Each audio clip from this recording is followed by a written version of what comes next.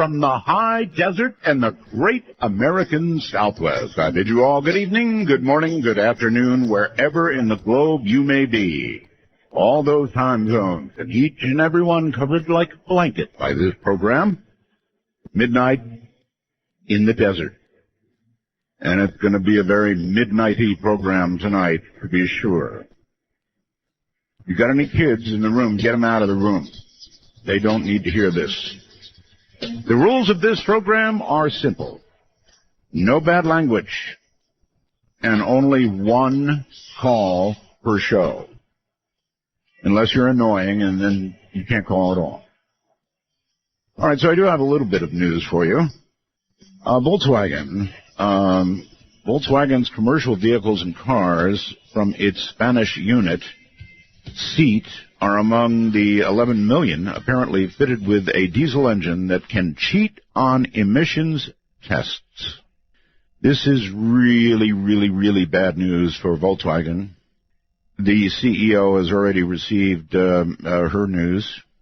The whole company may be toast. Kind of a shame, huh? Missed the little bug. And then there is this, Edward Snowden, who has confounded, that's an interesting word, confounded U.S. officials since his abrupt departure from the country 2 years ago with a whole bunch of classified stuff, has just found a new megaphone. He has found Twitter, and so he started following the NSA on Twitter. I'm sorry. And he sent out a tweet which just said, "Can you hear me now?" Well, let's see. In about an hour after he said, "Can you hear me now?" 185,000 followers jumped on board. And then 6 hours later, he was up to 625,000 followers, so I guess we can hear him now.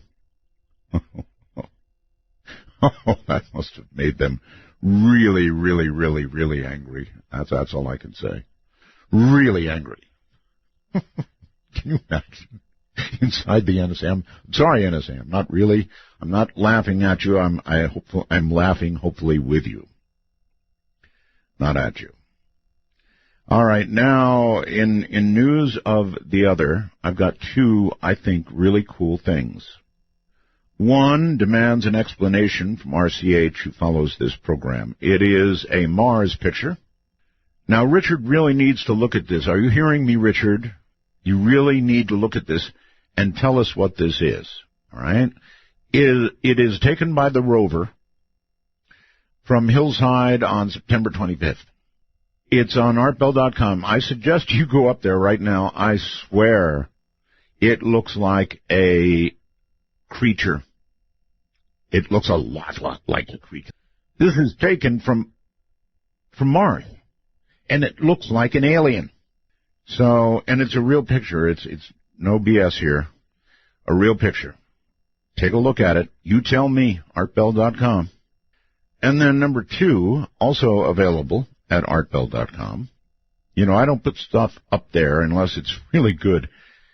Did the Pope have some kind of extra audience? Well, something was watching. Something was up there. Something that looks to me like a blob that somebody might have created with Photoshop, but it's not. It's a real picture. It's gigantic. It's mysterious. And it's drifting over the city at distinctly un-balloon-like speeds with unplane-like maneuvers. Maybe it was watching the Pope. And, you know, it was when he was there, that's how somebody caught it with a camera. Or a lot of people caught it, I guess. Okay, let me repeat what I said, and that is if you have children in the room, please get them out. We're going to be discussing global thermonuclear war. I read this yesterday, I'm going to read it again and more of it, about 24 years after the end of the Cold War, Russia and the U.S. seem to be engaged in a nuclear arms race once again that could have disastrous consequences. The United States is announcing it's about to do $1 trillion upgrade of its nukes. Can you imagine what you can do with $1 trillion? Now, the Russians are going to modernize their weapons, of course, because it's a new race, right? So they will spend up to $700 billion. Actually, it said $1.3 trillion total earlier on Facebook. It's $1.7 trillion. What's more, Russia deployed nuclear capacity has overtaken that of the U.S., so we are behind for the first time since 2000. Russia has 1,643 nuclear missiles ready to launch. The U.S. has 1,642. Not surprisingly, all of them aimed at Russia. You know, I thought we re-aimed our missiles to the water. So I guess that one's off, huh? Both countries have been upgrading their active nuclear arsenals since the beginning of the Ukraine conflict. Oh, great. The Center for Arms Control and Non-Proliferation estimates the U.S. has over 7,000 nuclear warheads, compared to more than 8,000 warheads in Russia.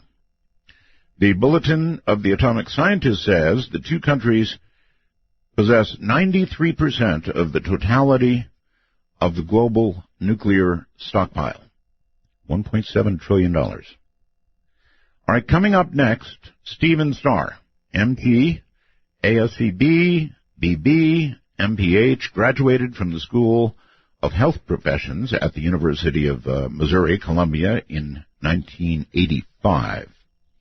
He subsequently worked as a medical technologist over a period of 27 years at a number of hospitals. He is currently the director of the Clinical Laboratory Science Program at the University of Missouri. Stephen is an associate member of the Nuclear Age Peace Foundation and has been published by the Bulletin of the Atomic Scientists. Mr. Starr is also an expert on the environmental consequences of nuclear war and, in 2011, made an address to the UN General Assembly describing the dangers of nuclear weapons and nuclear war and what it poses to all nations and peoples. He has made presentations to ministry officials, parliamentarians, universities, citizens, and students from all around the world. He specializes in making technical scientific information understandable to all audiences, which will be a good thing for this night, because this is a tough subject. I told you, get the kids out of the room. That's the third and last warning. Coming up next, Steven Starr. I'm Art Bell, and this is Midnight.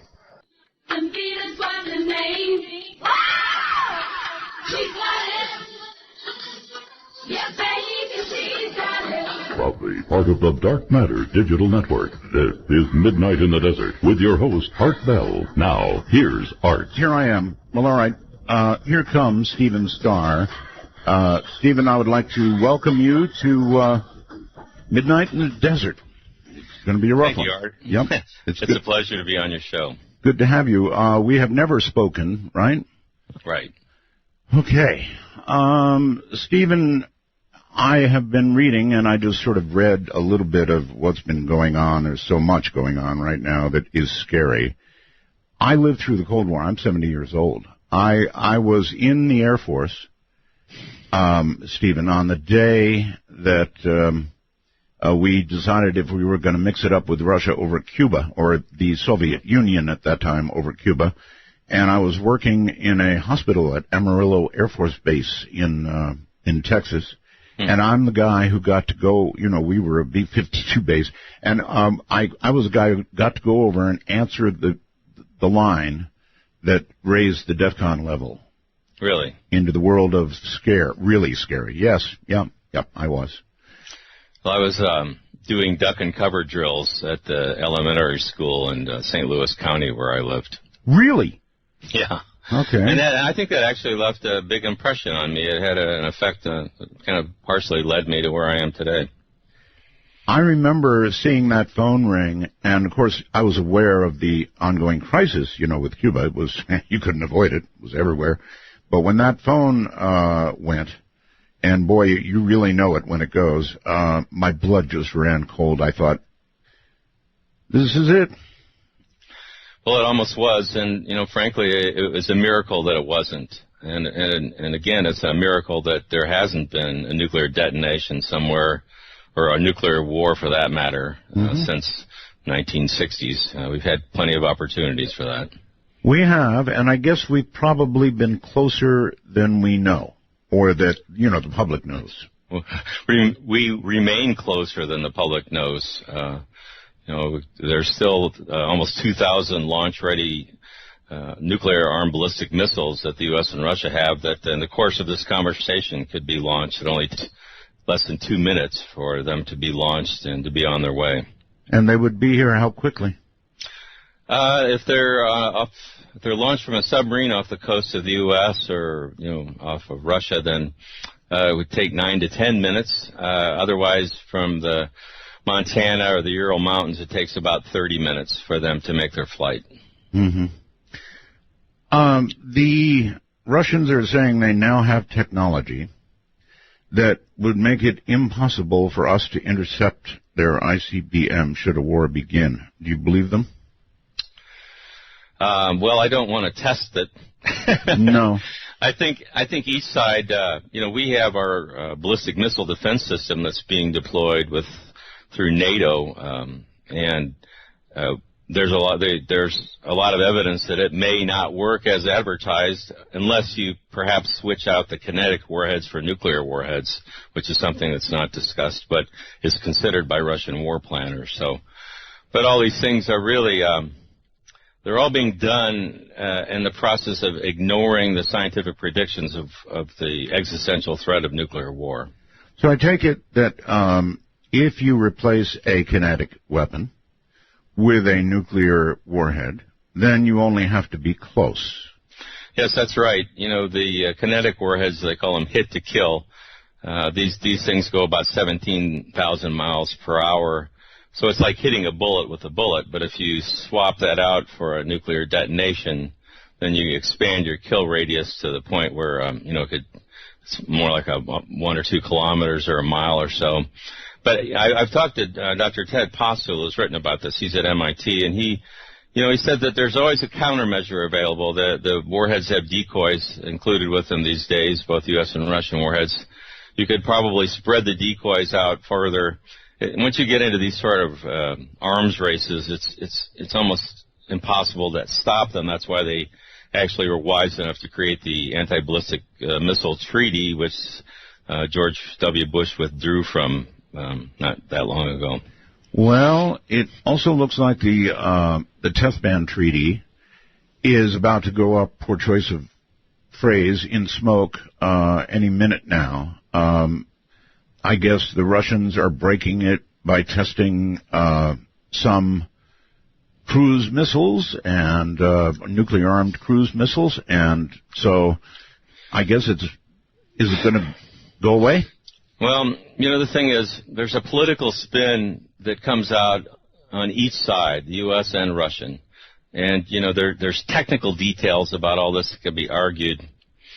But it's sort of like counting how many angels can sit on the head of a pin. We get lost in these arguments about who has the most missiles and who has the most warheads. Yeah. In a sense, we treat nuclear weapons as we did conventional weapons, but I think I have a class that I teach at the University of Missouri, and I ask my students about this, like, why do you think we got to the point where we had, something like 70,000 nuclear weapons in 1986. But we have studies that show that 300 strategic warheads, if you detonate those, they'll kill 75% of the people in the United States and Russia. So how could we manage to create, 70,000 warheads? It really was. They called it MAD, which made more sense than mutual assured destruction. But it was insane. But I think there's a failure to grasp the fact that grasp the essential nature of nuclear war and the existential threat that it poses to human beings. So actually, you're a professor, Steven Starr, really, right? Yeah, I'm lucky enough to teach a class at the University of Missouri on nuclear weapons. It's one of the few classes there are in the United States, which is another problem. After the Soviet Union collapsed, pretty much all nuclear education, what little there was, dropped out of our high schools and even colleges. So the students that come into my class don't even know the difference between an atomic bomb and a hydrogen bomb. I guess in some ways, Stephen, that's a bad thing, and in some ways, maybe it's a good thing, because if they're ever used en masse, well, I just don't think it's... Well, maybe I'm naive. Sometimes I feel like Mr. Smith goes to Washington kind of guy, but I honestly believe that if ordinary Americans, the non-technical audiences, had any idea that the nuclear arsenal that the U.S. and Russia has represent a self-destruct mechanism for the human race, that they wouldn't tolerate it. But we cannot get the leaders of our countries or any of the nuclear weapon states to publicly acknowledge or discuss this fact. And there's very precise scientific predictions and studies that have been made in the last 7 or 8 years that quantify this, that spell it out about how this would happen. But, well, before we even get deeply into this, we're about to spend $1 trillion here in the U.S. on upgrading our nuclear arsenal. $1 trillion. $1 trillion. Do you know how nice our interstates would be if we devoted even a little portion of $1 trillion to the interstates? My God. That's right. My kids went to an elementary school. It's supposed to be one of the best ones. And Columbia is supposed to have good public schools in it. It was 100 years old. It didn't have air conditioning. They have to close it when it gets too hot. There's just there's a disconnect between the reality of what we're doing with our public school systems and our infrastructure and our health care, as opposed to the enormous military budgets that go out virtually, unattended every year. That's rubber stamped. Yeah. All right. Well, anyway, what is the exact extent of the current global nuclear arsenal? And by the way, Professor, you don't have any classified information that you could mistakenly give away here, do you? Oh, no. It's not necessary to have that. Actually, the transparency is not what it should be. It's the people that provide the numbers that I'll give you are experts, and they have contacts, but the governments don't really readily give this out anymore. It's getting harder and harder to get very accurate information. But historically, we know that right about now there's something between 15 and 16,000 intact nuclear weapons in the world in a global nuclear arsenal. And the U.S. and Russia probably have 15 out of the 16,000, let's say. And you mentioned that 93% in your opening. That's about right. So that's why it's so important to focus on the U.S. and Russia, because first of all, the country that comes in next is France with 300. And so there's orders of, it's so many more times greater numbers that the U.S. and Russia have compared to anybody else. That's where you have to start. Now, if you look at what the weapons are, we each have, U.S. and Russia each have approximately 2,000 nuclear weapons that are deployed for immediate use. So a lot of them are kept in reserve. But 2,000 weapons each would be more than enough to wipe out the human race. Really? Yeah. And of these, the U.S. and Russia each have about 1,000 strategic nuclear weapons. They call them launch-ready. They're ballistic missiles that are armed with nuclear warheads. They can be launched in 2 to 15 minutes. And once they're launched, they can't be recalled. And as you mentioned earlier, it takes 30 minutes to as little as 9 to 10 minutes for them to reach their targets. I had heard years ago that by mutual agreement, I was always in real doubt about this, but by mutual agreement, we had both retargeted all of our ICBMs into the water, into the ocean. Yes, that was a kind of a PR ploy that Clinton and Yellowstone had. Clinton repeated it quite a bit during one of his election campaigns. But the reality of nuclear targeting is that it takes about 10 seconds to retarget a warhead. All these missiles are hooked up to computers.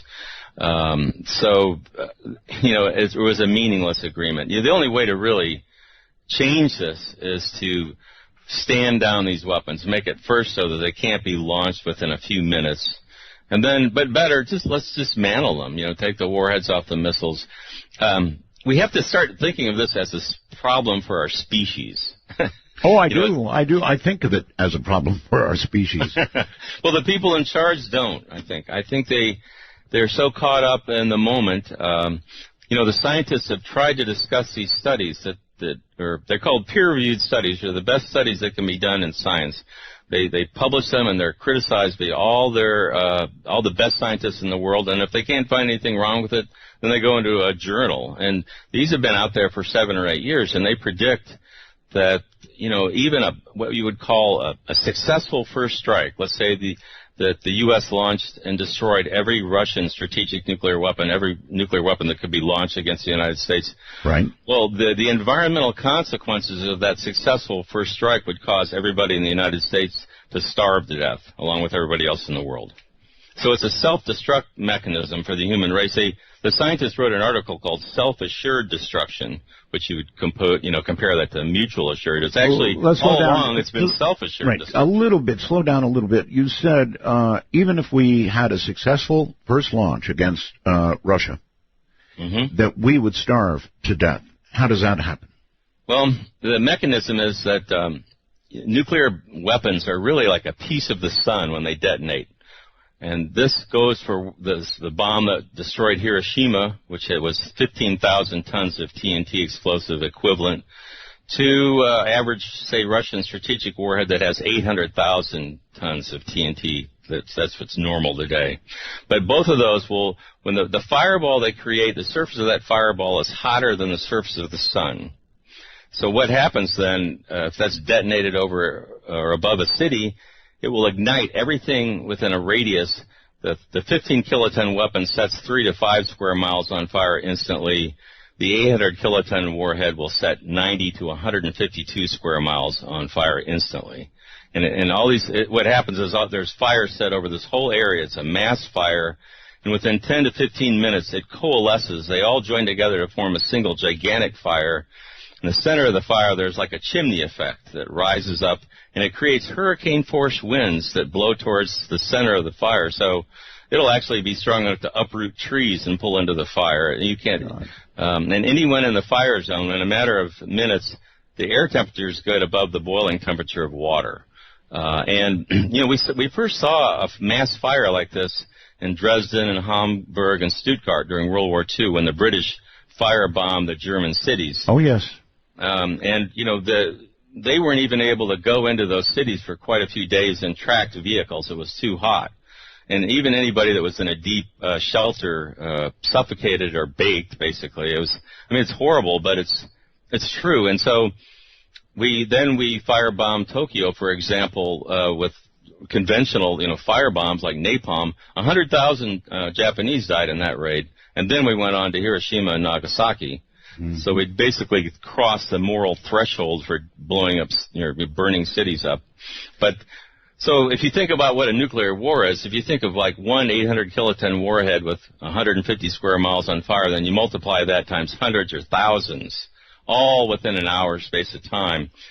All those fires create enormous amounts of smoke and soot. The scientists have predicted that a U.S.-Russian strategic nuclear war would produce somewhere between 50 and 180 million tons of smoke. And this smoke will quickly rise above cloud level, which means it can't be rained out. And once it gets into the stratosphere, there are high winds. In a matter of 10 to 14 days, that smoke will completely encircle the Earth and engulf the Earth in a global stratospheric smoke layer. And this layer will do two things. Basically, it absorbs and blocks the sunlight. By absorbing it, it heats up the stratosphere, which destroys the protective ozone layer. And by blocking that sun, it prevents warming sunlight from reaching the surface of the Earth. And that, in a matter of a week, will produce temperatures colder than they were at the height of the last ice age 18,000 years ago. And the end result is that for 1 to 3 years, the temperatures in central North America and Eurasia will be below freezing every day. All summer. Yeah, all year, every single day of the year, and it'll stay cold for so long that will eliminate growing seasons for at least 10 years, maybe 20. All right, let's back up just a little bit. You said if both arsenals were used. Let's say we just surprised Russia and decapitated them only, and they didn't have an opportunity really to strike back at us. What have you got then? Do we still have, because you were describing nuclear winter, right? Yes. And we would still have nuclear winter. There might be, let's just say there's 50 million tons of smoke instead of 180 million. Right. It doesn't matter. It's still going to be below freezing every day for at least a year, and there won't be any growing seasons for at least 10 years. All right. Hold it right there, Stephen. We're going to take a break. I told you to get the kids out of the room, didn't I? From the high desert, this is midnight in the desert. All of times are gone. Cut or disappear into the potter's ground when the man comes around. Taking you from today into tomorrow, this is Midnight in the Desert with Art Bell. To call the show, dial 1-952. Call Art, that's 1-952-225-5278. Don't call yet. Phones are not open yet. My guest is Professor Steven Starr, and we are discussing nuclear war, global thermonuclear war. And so let's get back to it. Professor, let's go back for a second. I hate to do this, but a little more education on the size of these things. The one dropped on Hiroshima and Nagasaki. What was it, little man, big boy? Let's see. It was Fat Man was Nagasaki, Man, and right. Little Boy was Hiroshima. There you go. And the Hiroshima bomb is estimated, there's different estimates, but let's just say 15,000 tons of TNT explosive equivalent. They have to compare it to something, so they compare it to TNT, but, you know, a nuclear detonation is really different, fundamentally different than a high explosive chemical detonation for a couple of reasons. You know, the stellar temperatures it produces, literally a couple 100 million degrees centigrade at the instant of detonation at the center of the fireball. So in other words, that's actually not then a completely accurate description of the power of the weapon at all. Right. You know, there's an article on my website by Professor Lynn Eden called City on Fire. She points out that the U.S. military has significantly underestimated the destructive capabilities of their own nuclear weapons because they don't really consider thermal effects or the effects of fire, which I was describing earlier. Yes. But you asked about the explosive power. So it's 15,000 tons of TNT, and when that's detonated, it will ignite fires simultaneously over an area of about 3 to 5 square miles. And that's opposed to the modern, they call them strategic nuclear weapons. These are the weapons that are possessed by the 5 recognized nuclear weapon states. But the smallest, I hate to use the word small, but the smallest yield of or explosive power of a strategic weapon is 100,000 tons of TNT. And the U.S. ICBMs usually have somewhere between 300,000 tons of TNT to 475,000 tons of TNT. The Russian ones are generally a little bit bigger. They're about 800,000 tons of TNT. Our bombers, our nuclear bombers can carry a nuclear gravity bomb, the B-83, that has 1.3 million tons of TNT explosive power. Excuse me? Yeah, well, they call those megatons. The kilotons means 1,000 tons, so 15 kilotons, Hiroshima. But, you know, I mean, after hydrogen bombs were invented in the early 1950s, it wasn't all that long before American bombers were carrying multi-megaton weapons around. That was, you know, you probably remember, I mean, in the 60s, the 70s, the 80s, the average warhead size, you know, is usually 2 or 3 million tons of TNT. And China still has, I think their warheads are believed to be about 3 million tons of TNT explosive power. They don't have a lot of missiles that can hit the U.S., but they have some. And they're just like every other nuclear weapon state, they're modernizing their arsenals. So, just a little bit of trivia, if there is such thing in this subject. I believe that we accidentally dropped 2 nuclear weapons on North Carolina. Mm-hmm. And there was an accident, a B-52. Yes. What the end result was, they back then they carried these multi-megaton gravity bombs, right. And a couple of them got loose and went down.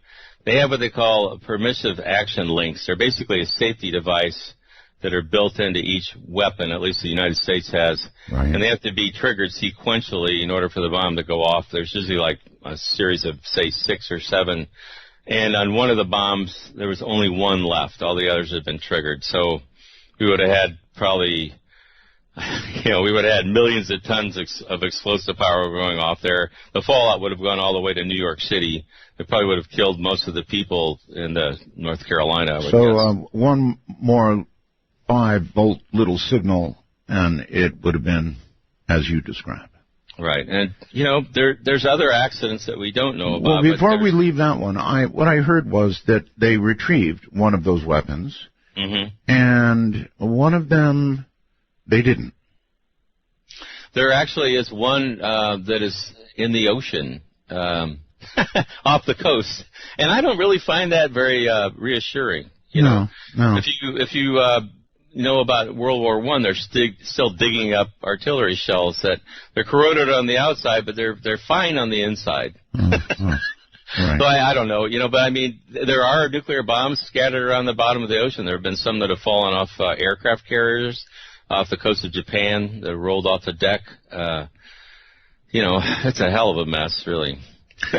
Yes. All right. So we have hydrogen bombs now, and these are the ones. For example, like the B-83, right? That would be a hydrogen bomb with yields up to, 1.3 million tons? Yes.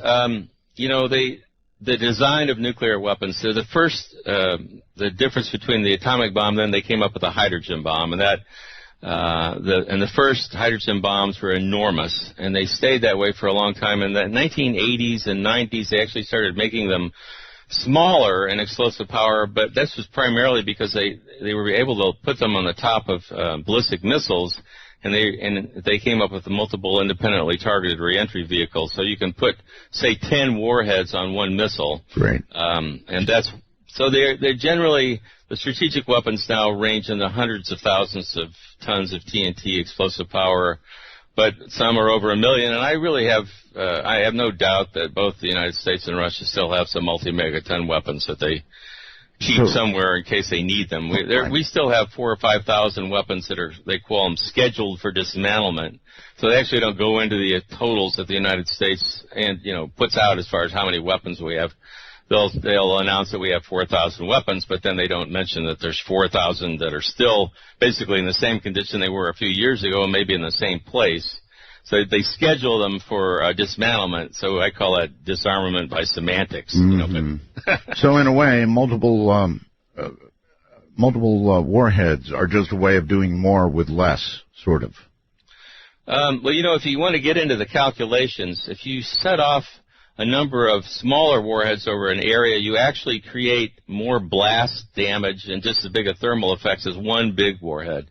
Military planners tend to focus on blast, which is because they want to, and so that's why a city like New York or, Washington, D.C. would be a good example. They might target it with, say, 40 warheads, where actually one of these 800 kiloton warheads would be more than enough to set the whole city and way beyond into the suburbs on fire. 100 and some odd miles, right? They calculate these firestorms based on average weather conditions, but even under the very worst weather conditions, for an 800 kiloton warhead, you're going to have about 90 square miles where you're going to have a certain fire zone. But on average weather conditions, it's more like about 150 square miles, and it can be more than that on an exceptionally clear day. So on my website, I focus on fire because, as we mentioned earlier, it's the fire is what creates the smoke, and the smoke gets up into the stratosphere and can block the sunlight and create these ice age weather conditions on Earth that eliminate the ability to grow food crops for years. Assuming a full exchange, how long would a nuclear winter? Well, there's actually new studies that are being done. I keep in touch with my friends, the scientists, and it looks like it could be 20 years even. But I mean, the global grain reserves right now are maybe enough for a couple of months. But you mentioned, I think at some point, India and Pakistan. Well, they have a big nuclear arms race going on there now. But what they produce initially, at least, are atomic bomb-sized weapons. They have about 200 operational atomic bombs, the 15 kiloton or 15,000-ton size. So the scientists did a study on a war with 100 of those being detonated in their cities. Right. And they found, they predicted about 5 million tons of smoke would get into the stratosphere.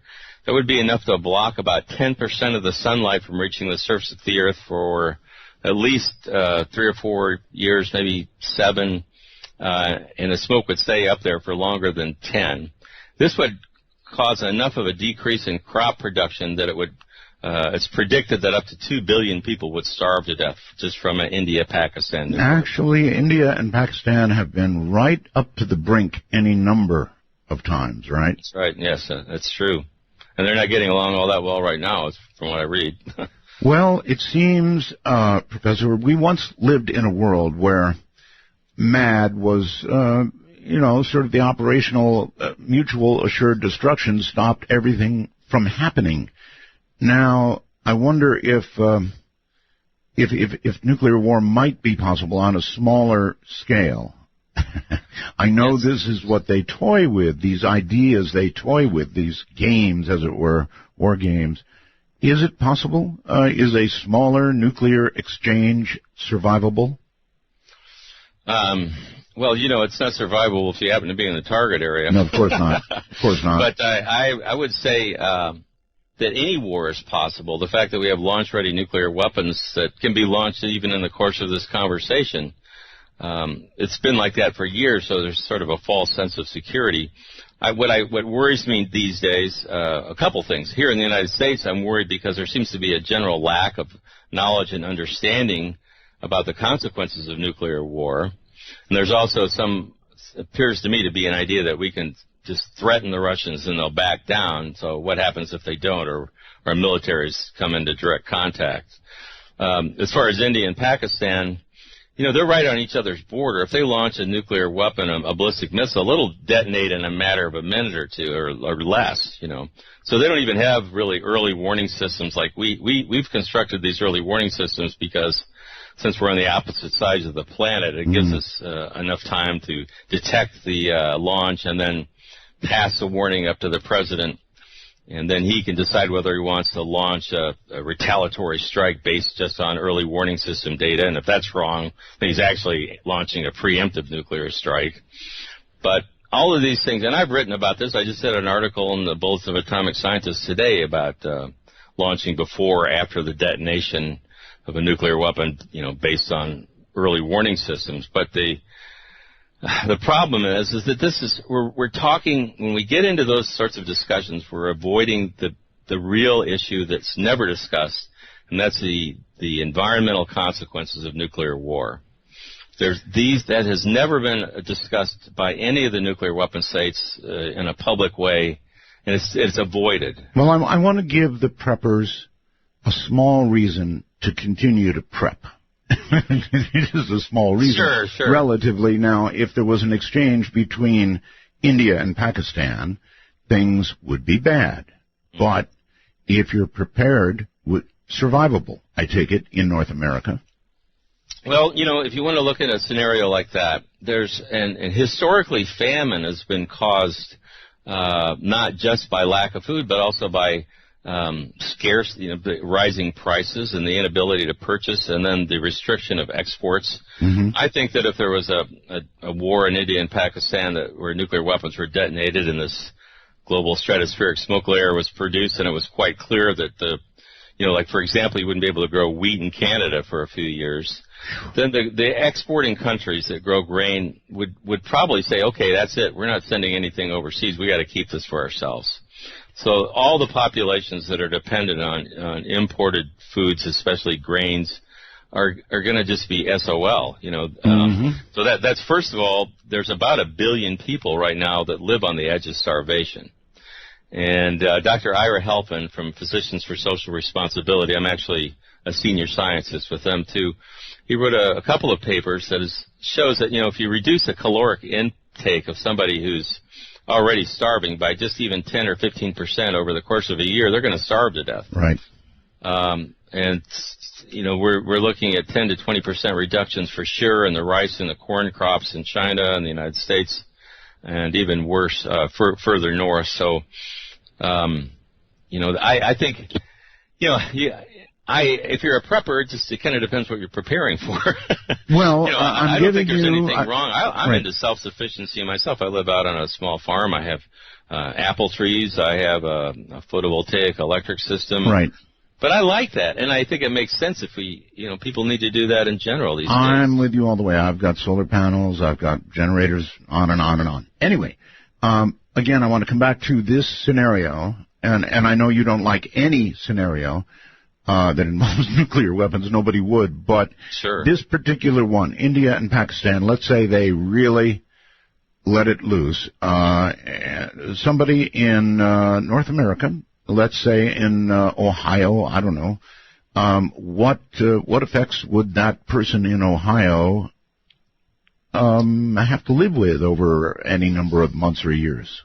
Well, I can give you some pretty good answers to that. The scientists that did these studies, they compared it to, there was a volcanic eruption, the largest one in the last 500 years, called Mount Tambora. Oh, Tambora. Yeah, and the summer that followed that eruption was called, it was called the Year Without Summer. Mm-hmm. That was actually when they wrote the novel Frankenstein, But there was, they were killing, in North America, they were killing frosts every month of the year in June, July, and August in New England. And there was famine in England, in Europe. There wasn't much of a density of population in the United States, and there was enough wildlife and everything. I don't think there was famine here, but what we would, so they predict that the cold that would follow the sort of war that you're describing between India and Pakistan would actually be twice as cold. It would be colder than it's been in the last 1,000 years, would be the average surface temperatures. And that's quite cold. So, wait a minute. I'm in Ohio. How am I doing? Well, you're gonna have a really severe winter. As far as food, well, who knows? The United States, a lot of things have changed here in the last 10 or 20 or 30 years, and we're really dependent on so many different types of imports that would have been sort of a joke if we thought about it, in the 1970s and 60s. Right. I don't know. Our whole infrastructure is very fragile in terms of there's a couple days worth of food, maybe a week's worth at the most in our grocery stores. That's true. If something breaks down under those circumstances, then we're going to be in trouble. I don't know. I don't think it's going to be below freezing every day here. It's not going to be that cold. It's not going to be literally like colder than Ice Age weather, but it's going to be damn cold, and I suspect food's going to be scarce. And but when you get into a situation with nuclear war and global famine, I think that just totally destabilizes the international relations, and who knows what that would lead to. So when you try to make predictions on that, it's kind of that's another conversation. But I mean, if I'm in Ohio and I'm a prepper, I probably would survive the effects of that, or yeah, I would, as long as it doesn't lead to a larger nuclear war. But you might want to have a fair amount of food on hand, like the Mennonites or the Amish, and keep a year's worth of food. That's not a bad idea. What about the radiation, Professor? Well, radiation is something that it's funny because I don't talk about it quite so much because once you can kill everybody with the climatic consequences with cold where you can't grow food, but radiation is a big that's sort of it's almost, you could do a whole show on that. It depends on what gets targeted in a nuclear war. Our nuclear power plants now, we have over 100 in the United States, and on site they store about 5 to 10 sets of used fuel rods that they've been removed over the cores. Yes. And these, they call them spent fuel pools. They're like swimming pools where they keep, they have to be kept underwater because of the intense radioactivity, which also produces a lot of heat that has to be removed. Not so friendly if they get out of the water, right? Right. All right, Professor, hold tight right there. We'll come back to my Ohio example, if we can, in a moment. I think scientists like this really actually don't like to discuss the possibility of something, what's the right word? that could be survived. I'm Art Bell. By telling me a lie without a reason why, blown it all sky high. Coming to you at the speed of light in the darkness, this is Midnight in the Desert with Art Bell. Now, here's Art. Professor Steven Starr is my guest, and here I come again, Professor. I'm in Ohio, and Pakistan decides to decapitate the other side. And so they get into a full-fledged war. I'm going to probably be able to survive if I'm a prepper, if I've got food. It's going to get cold. And I know that people who speak, people like you who speak in front of whoever it would be, don't even like to talk about nuclear exchanges that would be survivable because you don't want them at all, right? Well, there's a lot of truth in that. Yes. Part of it is because, I have a habit of trying not to make predictions if I'm not, it's a scientific approach where you don't say what you can't prove. But, right. I think your description of what the post-war scenario is like is accurate. And I think it would be a nightmare. It would be really cold, and it wouldn't just be for a year. It would be like 10 years without summer almost. It would be colder than it's been in the last 1,000 years. And now this is only India and Pakistan, right? Right.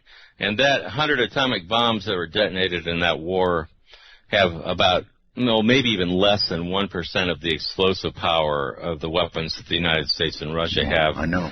Ready to launch, and it only takes 2 to 15 minutes. Well, we once, Professor, lived in an era where MAD was operational. It was just suicide to even consider it. But now we've got countries like North Korea. North Korea is interesting because they probably are suicidal, or at least the leadership may well be suicidal.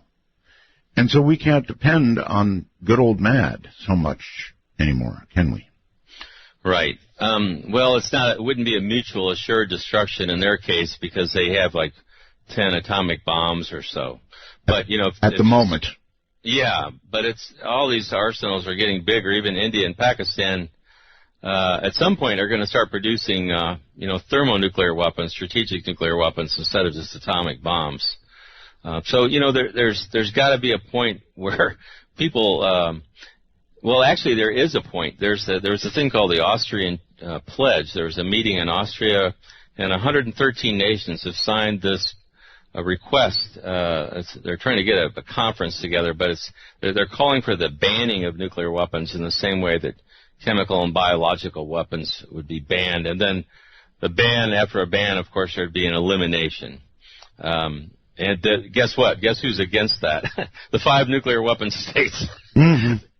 Of course. They say, oh, no, this is, we don't need that. This is disruptive of our process. We want to stick with the non-proliferation treaty, because that's doing just fine. But, it's been 50 years since that was signed, and it doesn't take, a rocket scientist to see that the nuclear weapon states are busy modernizing their arsenals, just as you mentioned, $1 trillion to build, we're rebuilding our entire nuclear weapons manufacturing complex in the United States is what's going to happen.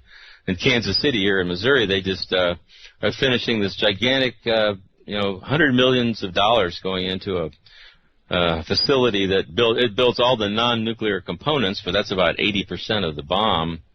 And it was the biggest construction project in Missouri. And I thought, there's really something wrong with our society when that's when our biggest project is to build a new nuclear weapons plant. Back to Pakistan for a moment. Right. India and Pakistan. Assuming they had a full exchange, little me in Ohio. Radiation. We didn't really get there. I started talking about nuclear power plants in the U.S. and maybe I really wasn't answering your question there. As far as the radiation from that exchange, I think there would be a lot of it. if you detonate a weapon on the surface as opposed to into the air, you get like a really nasty fallout. But what happens there is those sorts of the fallout from that, it gets rained out and spread more regionally than globally. Okay. You have to have about 100 kiloton weapon for the fireball to go above the troposphere, or where the weather takes place, up into the stratosphere, where it's above cloud level and it can't get rained out. That's where the term fallout came from. When we had all these big, in the South Pacific, we detonated all those hydrogen bombs, and they were enormous. The largest one was 15 million tons of TNT. Wow. And so those fireballs went into the stratosphere, and it only takes about 2 weeks for the wind to blow it all the way around the planet. When you have a nuclear detonation, you create literally hundreds of different types of radioactive isotopes or elements. But most of them have very short, they self-destruct in a very short matter of time. They call it a half-life. But there's some that don't, and those particularly, it's strontium-90, and that gets into your bones and your teeth. And cesium-137 that gets into your organ systems and tissues. Those have 30-year half-lives. And then, of course, there's uranium and plutonium. When you detonate, most of the bombs had plutonium pits, and even the very most efficient bomb doesn't have all the plutonium fission. It's a lot of it's blasted into microparticles. Is there any such thing as a clean bomb? No. Not, they all produce, and there's no such thing as a clean nuclear fission. Anytime you split an atom, you produce a lot of radioactive byproducts. And most of these, like the cesium-137 and strontium-90, haven't really existed during the entire time complex life has evolved and developed.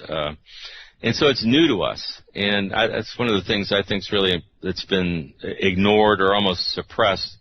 And they focus a lot on external doses of radiation, but very equally or even more important is if this stuff gets into the biosphere, these long-lived radioisotopes like cesium-137, and it gets into your foodstuffs, and then you eat it, and you ingest it or inhale it. Right.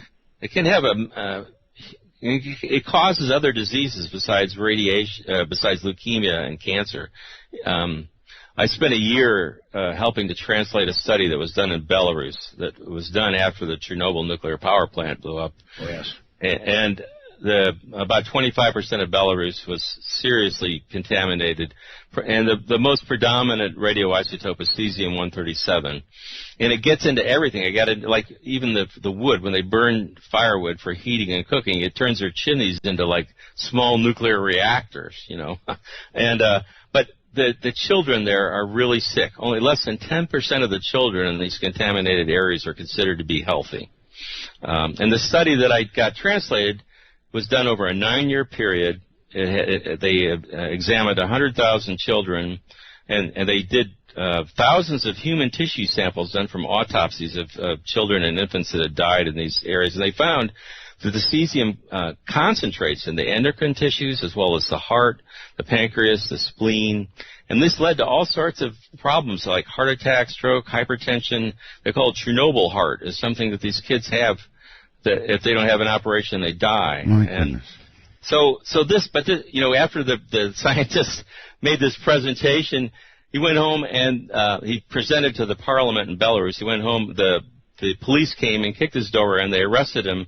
They went to his medical institute and destroyed all his archived slides and samples from 9 years' worth of research, and they put him in a prison camp for 6 years.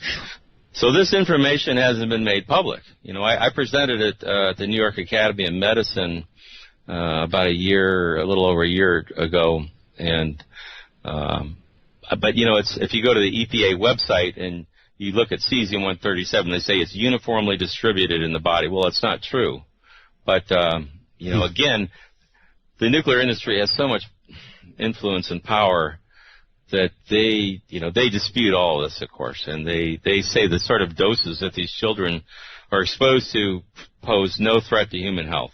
So there's a real fundamental argument going on here. But these are the health physicists that are trained by the nuclear industry. They have their own safety standards they develop.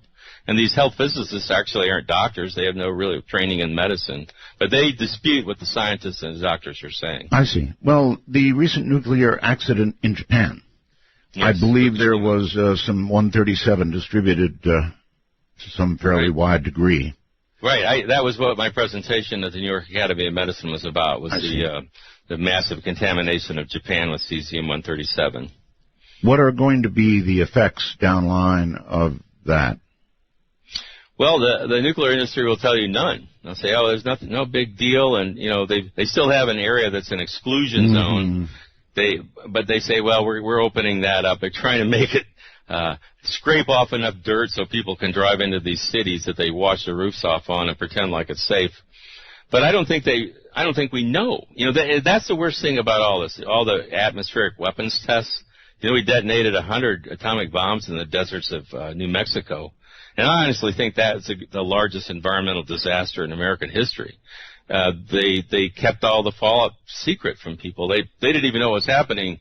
But so all of the combination of that has raised the amounts of ionizing radiation to much higher than, there really wasn't background levels until we started detonating nuclear weapons. And we don't know what the long-term genetic consequences of this stuff is. Okay. And I think that it could lead to all sorts of genetic diseases that, maybe are just starting to appear now. Sure. I get computer messages as we do the program. Mark asks, could you please ask about the effects and even explain, if you can, a neutron bomb, a neutron weapon?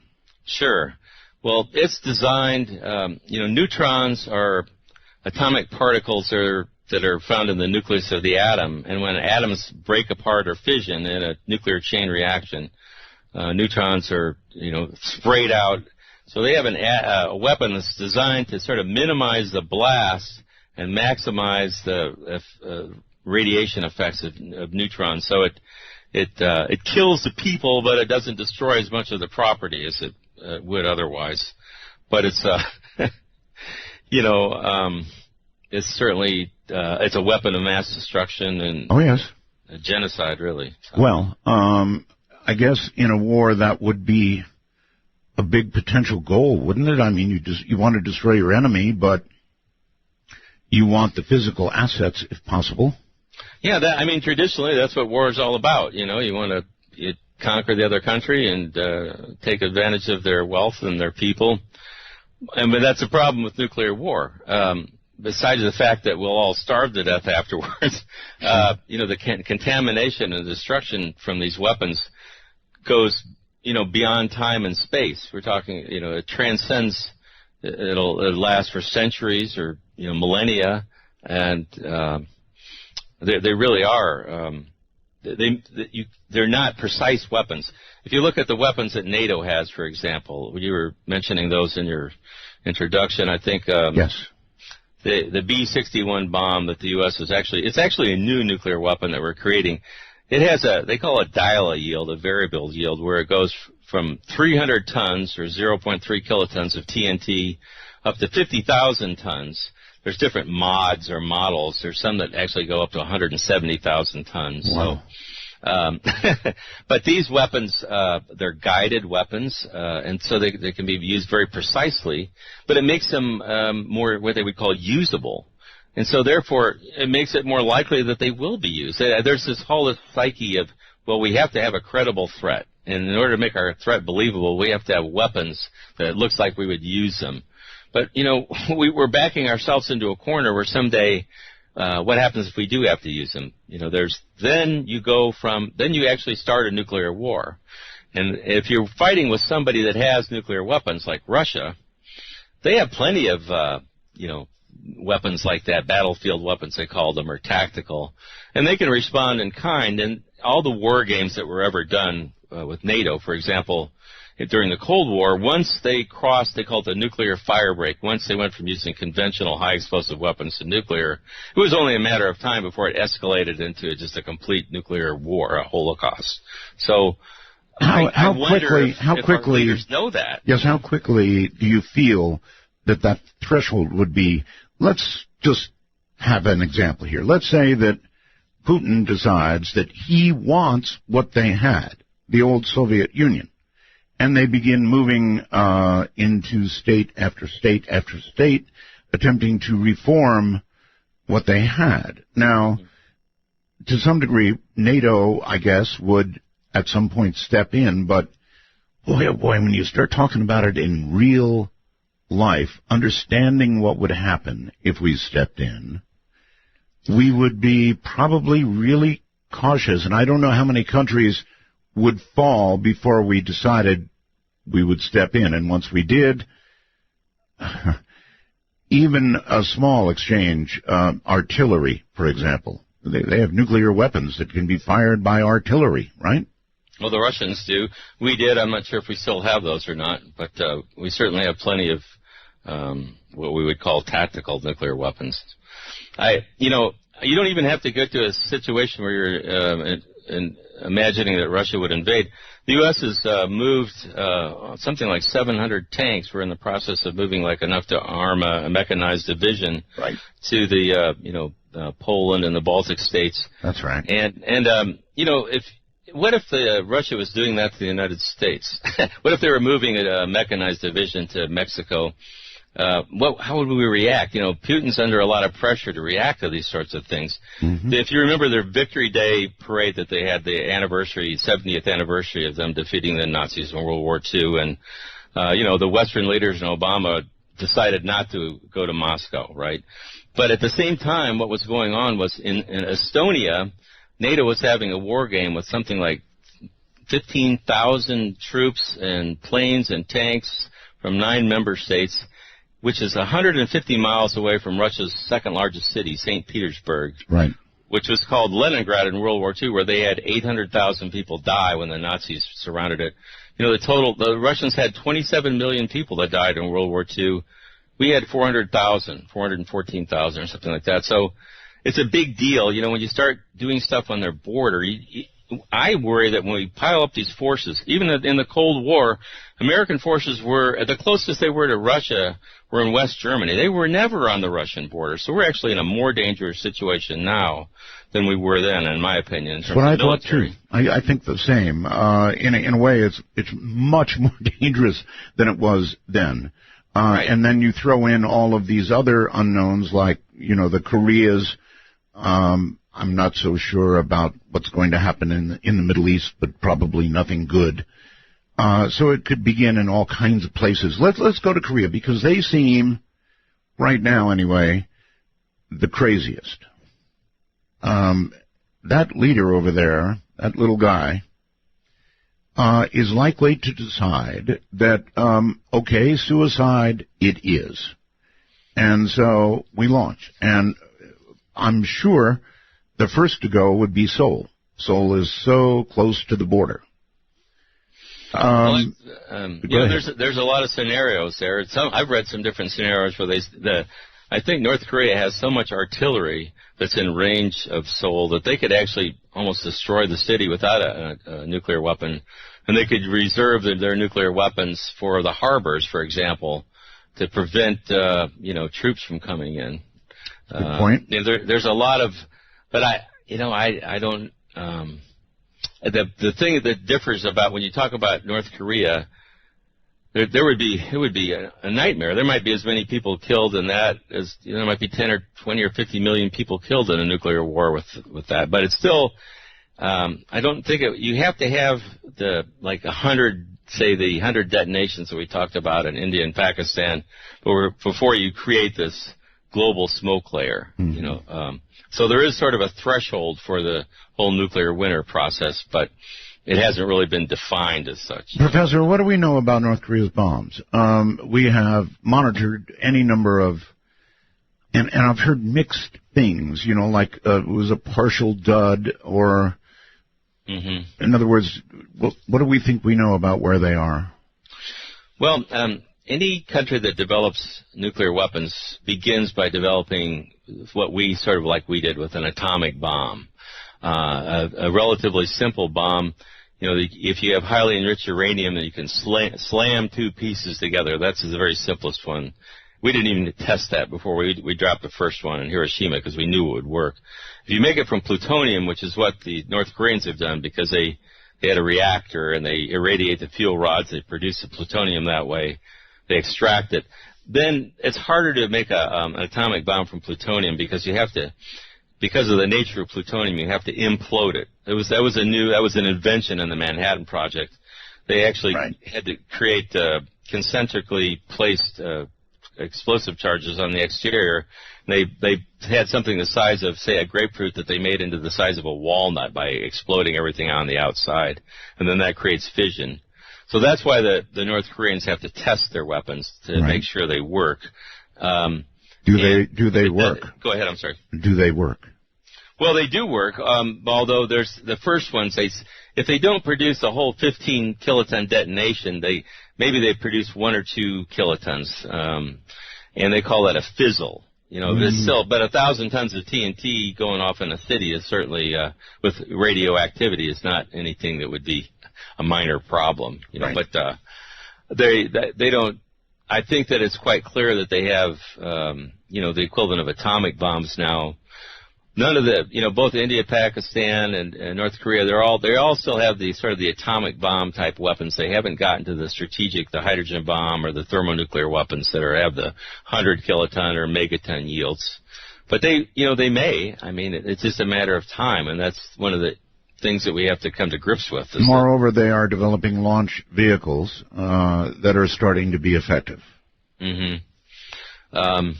So, I don't know. I've never tried to offer like political solutions for a lot of problems. My goal has been to explain what would the happen. Existential threat that these weapons pose, and hope that's enough of a motivation factor to try to lead to some constructive.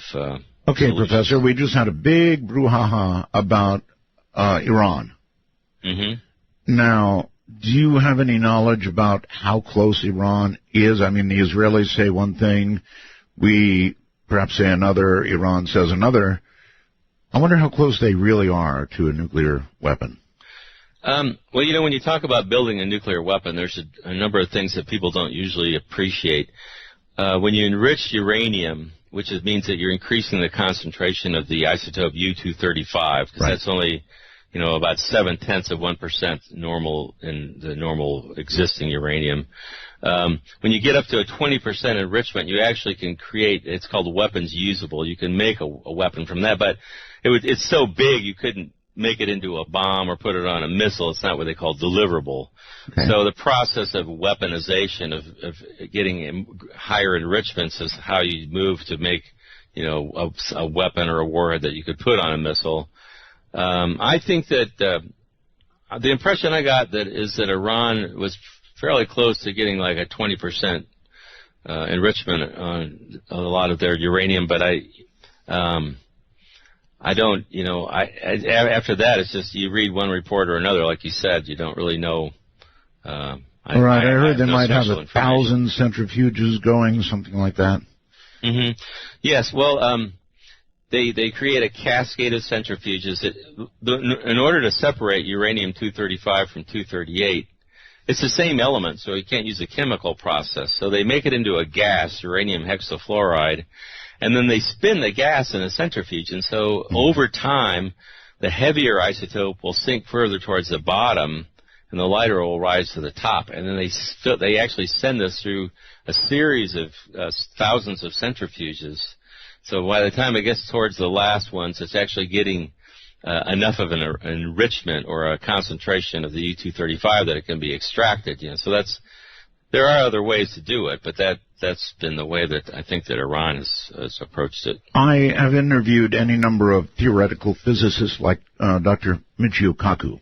Mm-hmm. I'm sure you've heard that name. Oh, sure. And I asked him at one point what he thought our chances were, as a human race, of not destroying ourselves with these weapons. Mm-hmm. And he said less than 1%. Yeah. Well, I hope he's wrong. I do too. I think if we keep going the way we are, then, I might have to, say he's right. But my belief. Well, that's it. See, things are not getting better. They're getting worse. They're getting more dangerous. That's what I see. Well, what's amazed me, and my biggest frustration, and if your listeners want to, something I'd suggest that they try to accomplish, we can't get the leaders of the nuclear weapon states. We can't get Obama to meet with these scientists. He can't get his advisors to meet with the scientists to discuss their studies that, they just want to say, hey, look, we've done this remarkable research with state-of-the-art computers, and it's been evaluated all around the world by the world's best scientists, and this is what's going to happen if you have a nuclear war. Somebody has to have enough guts to get out on the world stage, and I think it has to be one of the leaders of the nuclear weapon states, and say, look, we're having all these problems getting along and everything, but what we have to talk about and what we have to understand is that if we have a nuclear war, we're going to kill not only everybody in our nations, but everybody else on the planet. And, the other nations around the world are actually coming to grips with this, and that's why you can have an Austrian pledge with 113 nations calling for banning nuclear weapons. But, the nuclear weapon states are resisting this, and so you're like, that's what really troubles me is that, here in my own country, we can't even get a hearing, and these guys are the best scientists in the world. They're not doing this on the back of an envelope, they're doing it in their National Center for Atmospheric Research and University of Colorado Boulder, Rutgers, it's not, they aren't amateurs. Professor Kaku was invited to work on nuclear weapons and declined. And I wonder how, surely some of the people have worked on nuclear weapons. And I wonder how they can rationalize that in their minds, knowing what they're doing.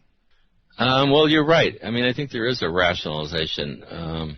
I can't really speak for anybody else. I was a nuclear engineer when I first went into school, but I sort of had a process of realization where I thought, I don't want to do that. It was a long time ago, admittedly, back in the 70s, when they were pretty much stopping building reactors, and it looked like, but regardless, I looked at the problems of nuclear waste and the nuclear weapons, and it just didn't feel right. So I went into biological sciences, but, I have some friends, like you said, I've got a good friend, Greg Mello, out in New Mexico, and they have a Los Alamos study group. Yes. And he talks to a lot of the people that work there, and, the weapons designers, and, and these aren't like, I don't know. I don't consider them evil, bad people, but I do think that somebody has to say this is enough. Somebody has to come to grips with the fact that we just can't keep doing this. Well, have you ever actually spoken to one of these men about the morality of what they're doing? Well, some of the people I have spoken to, there was a former commander of the Strategic Air Command, Lee Butler, and there's a few other military guys that I've met with that have all rejected nuclear weapons and nuclear war. And, some of them do it because they just say, well, there's no military utility in it. We can't use these weapons, because if we do, so just from that sort of pragmatic military viewpoint, they and the concern that they have is that the younger generations now are sort of becoming accustomed to them. They're not really. And when you think about it, too, Professor, we're at a break point. I'm sorry. Okay. And when we come back, I want to talk about our atmosphere and our magnetic field. Should we have a full exchange of nuclear weapons? I'm Art Bell. I can see her lying back in her satin dress, in a room where you do what you don't confess. Sundown calling in the air tonight. Oh Lord, and I've been waiting for this moment for all my life. Oh Lord. Want to take a ride? From the high desert and the great American Southwest, this is Midnight in the Desert, exclusively on the Dark Matter Digital Network. To call the show, dial 1-952-CALL ART. That's 1-952-225-5278. Not yet. My guest is Professor Steven Starr, and a lot of people are asking, why would I do this show? And my answer is because nobody else will. I'm telling you, we have forgotten what little we knew about the effects of nuclear war, or perhaps never knew at all. So, Professor, welcome back. I was going to sort of jump ahead to if we do have a full exchange with Russia, something I consider really possible, unfortunately, either getting started by accident or on purpose. And we haven't even discussed the accident part of it. I want to get to that. But if we did have the full exchange, not that I guess we would be around to observe the effects, but what do the models say would happen to to our atmosphere and the magnetic field that protects us anyway? Well, there's the models that I've been referring to primarily focus on what would happen as a result of the nuclear firestorms, that producing tens of billions of tons of smoke that rise above cloud level into the stratosphere, blocks sunlight, and it blocks 70% of the sunlight in the northern hemisphere for 10 years. So if you were standing in a field in Ohio, you were talking about Ohio earlier, and it was midday, it would be, if it was a little bit of a cloudy day, it would be about like standing outside at midnight on a full moon. That's how dark it would be. Wow. So that's why it would be below freezing every day for 1 to 3 years. I thought you were going to ask about electromagnetic pulse. I'll get to it. Yeah. I'm not quite sure. I don't know what the predictions are for the electromagnetic layer. The studies that I've looked at don't really consider that. But the presentation I made at the New York Academy of Medicine this year, I did talk about what would happen if the grid went down for a long time, and we had enough EMP from weapons that would cause all the nuclear power plants to melt down in the United States. So that could be something we might want to talk about. Yes, well, let's back into that. I'm well familiar with EMP at a small level. I'm a ham operator. I've got 13 towers up on my property. Oh, man. I know that when a storm comes over, I definitely feel the effects of EMP when I get close strikes. However, this is a whole different matter. Now, in order to disable North America, let's say, how many nuclear weapons detonated way up there would it take? Well, it really wouldn't take very many. I think that's part of the reason why they worry about nations getting any nuclear weapons. If you have a relatively high-yield weapon, it can knock out tens of thousands of square miles worth of anything with a transistor in it would melt down basically the control panels at nuclear power plants. How high, Professor? Pardon me? How high? I think that they would detonate those several hundred miles high.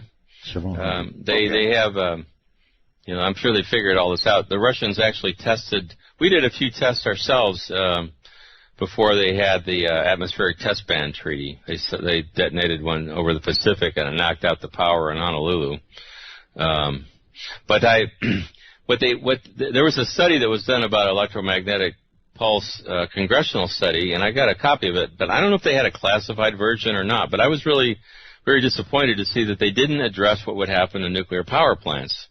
And so what I did talk, Arnie Gunderson, I bet he's like really he's a nuclear engineer that really knows his stuff. Yes, sir. I've talked to him about it. He said that one high-altitude nuclear detonation over the east coast of the United States could knock out like 60 nuclear power plants. And what would happen was that the reactors would melt down, and then also the spent fuel pools that I'd mentioned earlier that have 5 to 10 times more radioactivity, long-lived radioactivity than the cores do, they would boil off. Once the cooling stops, the water heats up and will boil, and when it gets down to the point where the rods are exposed to steam or air, then those rods will rupture, and if they've been removed recently enough from the reactor core, they'll burn. Right. And that would release an enormous amount of radioactivity. Just one, nuclear power plants produce a lot more of the long-lived isotopes than nuclear detonations do. For example, one nuclear spent fuel pool has more cesium-137 in it than all the atmospheric weapons tests combined released, over 1,000 tests. And so, and we have 100 of those pools scattered around the United States. When I did my studies on this, I was looking at there's an exclusion map of around the destroyed Chernobyl power plant. There's about 1,100 square miles where they call it a radioactive exclusion zone where people aren't allowed to live. Mm-hmm. And when I was looking at the map one day, I realized that the key for that map was based on how much cesium-137 was in the soil. And they describe that in terms of becquerels, and I'm not going to give, but what it amounted to was that less than about 1.2 grams of cesium-137 contain enough radioactivity to make a square mile uninhabitable for a couple centuries. Wow. You know, an American dime weighs, like just 2 or 3 grams. I think it's 2.7 grams. So less than half the weight of a dime of cesium-137. If you make it into an aerosol or a smoke and spread it over a square mile, you can't live there for 100 years. My God. And so the average spent fuel pool in the United States has close to 2,000 pounds of cesium-137 in each pool. So, and see, cesium is it's a very volatile element. It's almost like mercury. So around 700 degrees, it actually turns into a gas. And, these rods are hot. The reason they're so radioactive, the radioactivity creates heat. And if they lose the cooling and they're exposed to air, once they get up to about 700 degrees, the cesium inside the rod becomes a gas and starts to expand. It'll cause the rod to rupture. And that's why, like at Fukushima, for example, so much cesium was released, because when all those fuel rods, the reactors melted down, it released all the cesium. It went up into the air, and the winds blew it around, and then it rained out. And so there's... So you're telling me it would take only one large bomb over the East Coast, mm-hmm. and all our plants would melt down. And like there'd be 50 or 60 plants that could melt down just from one bomb. Might be academic, because at that point we would consider that to be an act of war, and we would be in a nuclear conflict almost instantly, wouldn't we? I guess so. There's I assume that with a weapon like that, they could track it. Oh yes. But there's just as an aside, too, I'd like to point out to your listeners that a huge solar flare, like the one they had in 1849, I think it was a Carrington event, yeah. If we had anything similar to that today, it would destroy all the really large transformers around the United States that support the grid, and the grid would be down for 6 months to, maybe a couple of years. Sure. So that's another issue with all these spent fuel pools. It's not nuclear war, but, it's something that we ought to worry about. So that's another reason why I'm not really a big fan of nuclear power. I see that my opinion, they need to, that's something that we need to address immediately. We have to get the spent fuel out of these swimming pools and into at least interim storage. They want to move it a few miles from me if they can. I think they should put it in the basement of the White House, Yeah, well. Okay, well, maybe some people might resent that, but, it's always out of sight, out of mind. And, there is a place, for example, in Finland, it's called Onkalo, where they're building, the only real scientific approach to nuclear waste storage. It's about 7 miles deep. It's going to take them over a century to build it. It's enough to store their waste from 4 or 5 nuclear reactors. There's a movie called Into Eternity that your listeners might want to watch on YouTube. And that's what's really amazing about that is it gets you start to think about how long the stuff has to be isolated from the biosphere. We're talking like 1 million years, so that's, I don't think we should make any industrial toxins that last that long, that are that toxic at an atomic or molecular level. So, if you have an accident at a wind tower, for wind energy, it might kill a couple of towers if the turbine, or a couple of cows if the tower falls over, but we don't have to worry about evacuating the entire state. Well, I understand you're not really commenting on politics, but hasn't Fukushima essentially done the job for you and stopped it? You mean new plants? Well, I think what's happened is that nuclear power is just it's not economical. It's even gas-fired plants that they're building are more efficient and they make more money, basically. So these older plants, they're starting to shut them down. I think the industry is dying. They keep trying to come up with new designs to convince everybody that it's safe. Are you there, Professor? I think we just lost him. I'm sorry. That was my fault. Can you hear me now? You are there. Okay. Let me use the opportunity to throw a question at you that has come in on the computer as well. Charles says, how many nuclear weapons are there in outer space? Well, if there are any, nobody admits to it. Uh-huh. But that's a problem. We're moving towards an arms race in space, and but I think, as far as I know, nobody's got stations out there with weapons mounted on them. Well, there sure would be a good reason to have them up there. They used to talk about, we actually planned to put them on the moon at one point. That was a long time ago, but. Well, the moon, that would be too much warning. But, my goodness, if they're sitting up there on satellites, now you're talking about, I don't know that there'd be any warning at all, would there? Well, that's a good question. What I could tell you about they call it depressed trajectories. If they fire from a submarine-launched ballistic missile off the coast, you can use a trajectory that's like not typical, like it goes up and way up and comes down. Then you can shorten the flight time and make it really hard to detect. Mm-hmm. And that's the problem. We have the system. They call it, the article I wrote that was published in the Bulletin of Atomic Scientists today was about the dangers of launch on warning. Mm-hmm. And once the U.S. and Russia constructed these early warning systems on each side, and they basically kind of hooked them up to their national command authority, the president, and then the ICBMs that we have in our silos, the buried underground. They got crews sitting there 24/7 waiting for a launch order. We have to launch on warning, don't we? Well, I don't think so. But in reality. Well, what if it's a false warning? What if it's a false warning of attack? Oh, well, that would be an accident. Yeah, that would be. Then our retaliatory strike would actually be a preemptive nuclear strike. My point is that with the effect of these weapons, you have to launch on warning. Once you have made up your mind, the other side has launched, it's use them or lose them, right? Yeah, but that all gets back to the military mindset of essentially thinking about these almost like we did with conventional weapons and ignoring the scientific consequences of their use, to the environment. Because if somebody launches a large nuclear strike, we're cooked. It does, and so if we retaliate, we'll make it worse. But that's the reason why we're advocating that first of all we stand these weapons down, so that you can't launch them before, or at the very least you would not launch a strike before a nuclear detonation confirms that the strike has occurred. Professor, it would be too late. Let me for a moment make you the president, mm-hmm. which I know you don't want to be.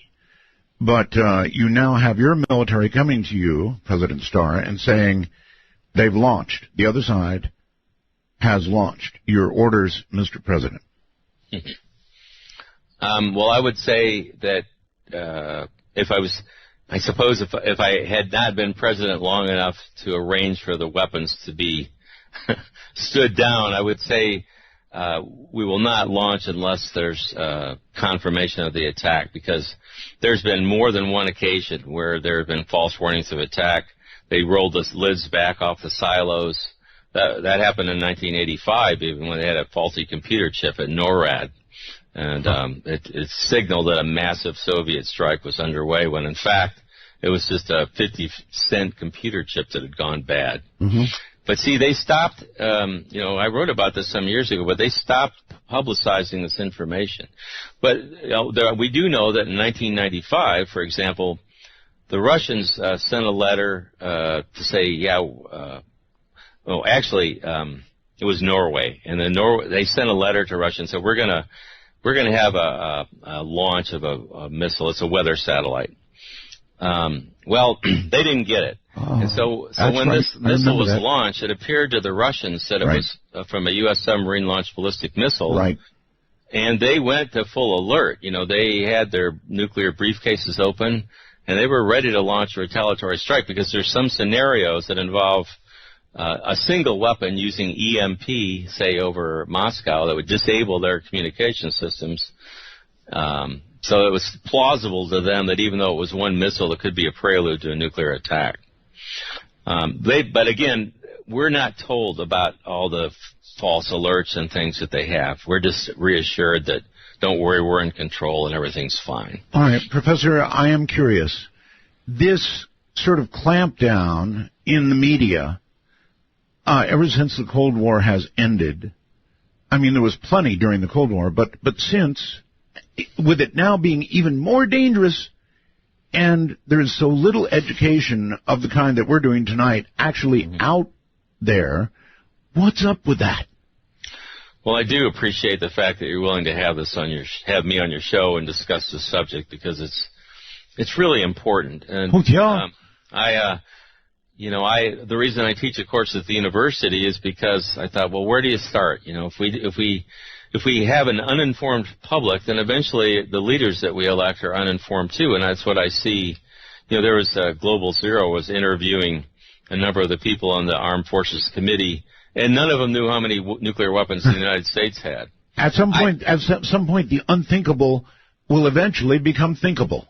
Yeah, when was the last time people even observed a nuclear weapon detonating?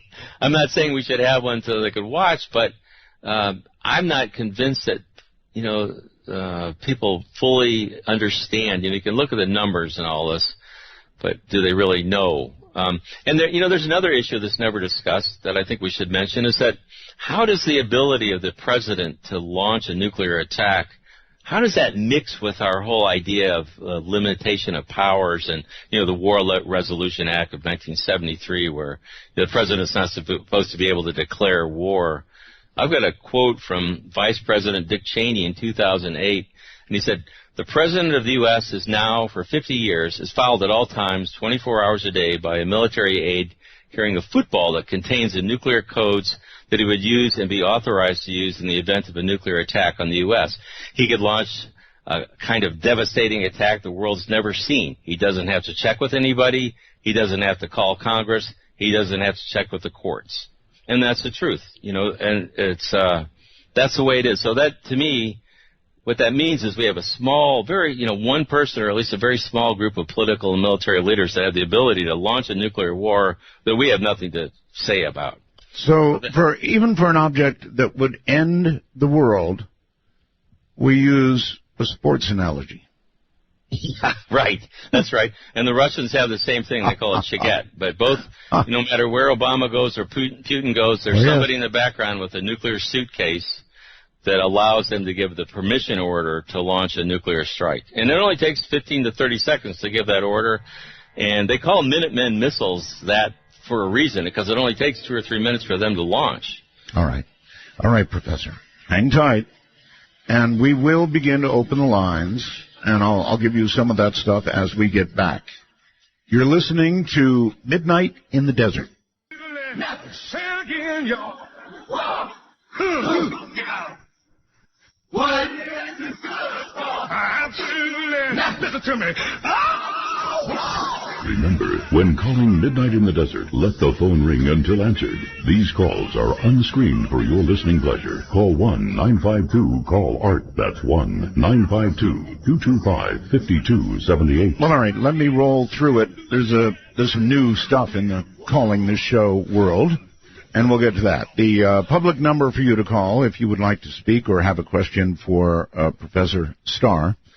Public number is area code 952-225-5278. That's 952-225-5278. Then we're going to do something a little different, if I can find it. We're going to initiate, we did this last night in the last hour of the show, and I want to do it again. I want to open a first-time caller line. If you have never called the show, got a new number for you. Only if you've never called the show. Area code 775-254-9228. 775-285-5800. Once again, 775-285-5800. Only if you have never called the show. And then, of course, as you know, you can reach us on Skype as well, North America at MITD51, and the rest of the world at MITD55.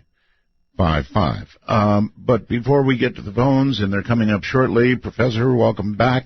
A good question would be, if the Earth did endure a full exchange between the U.S. and Russia, how long might it take, or would it ever recover and be habitable again? And if so, how long?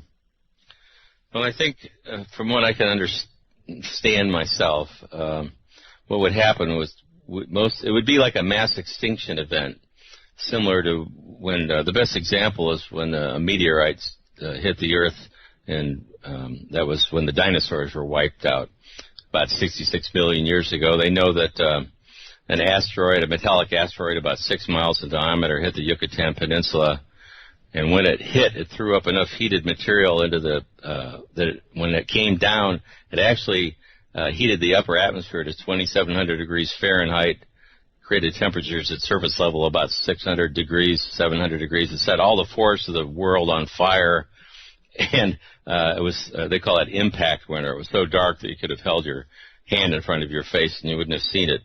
So that's worse than what a nuclear war would do in terms of the atmospheric effects. But the result was that like 70% of all the species on Earth got wiped out, and no animals larger than probably a squirrel lived.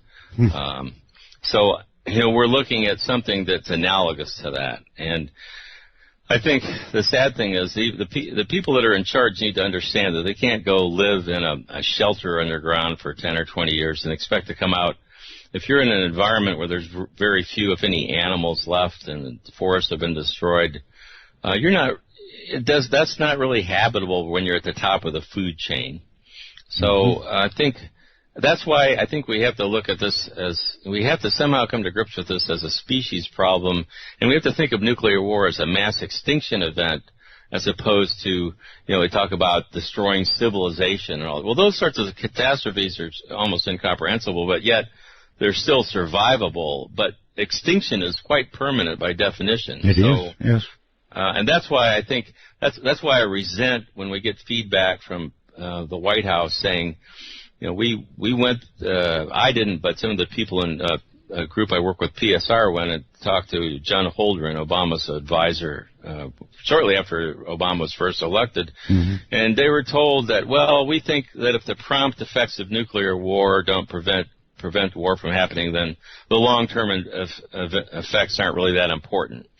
Well, they certainly are important. For example, if you live in a country that's not involved in the war, it's not even in the target area, but all your people are going to starve to death as a result. Yeah, it's going to actually be my next question. You recall the movie On the Beach, right, of course? Yes. Actually, okay, I spoke in Melbourne.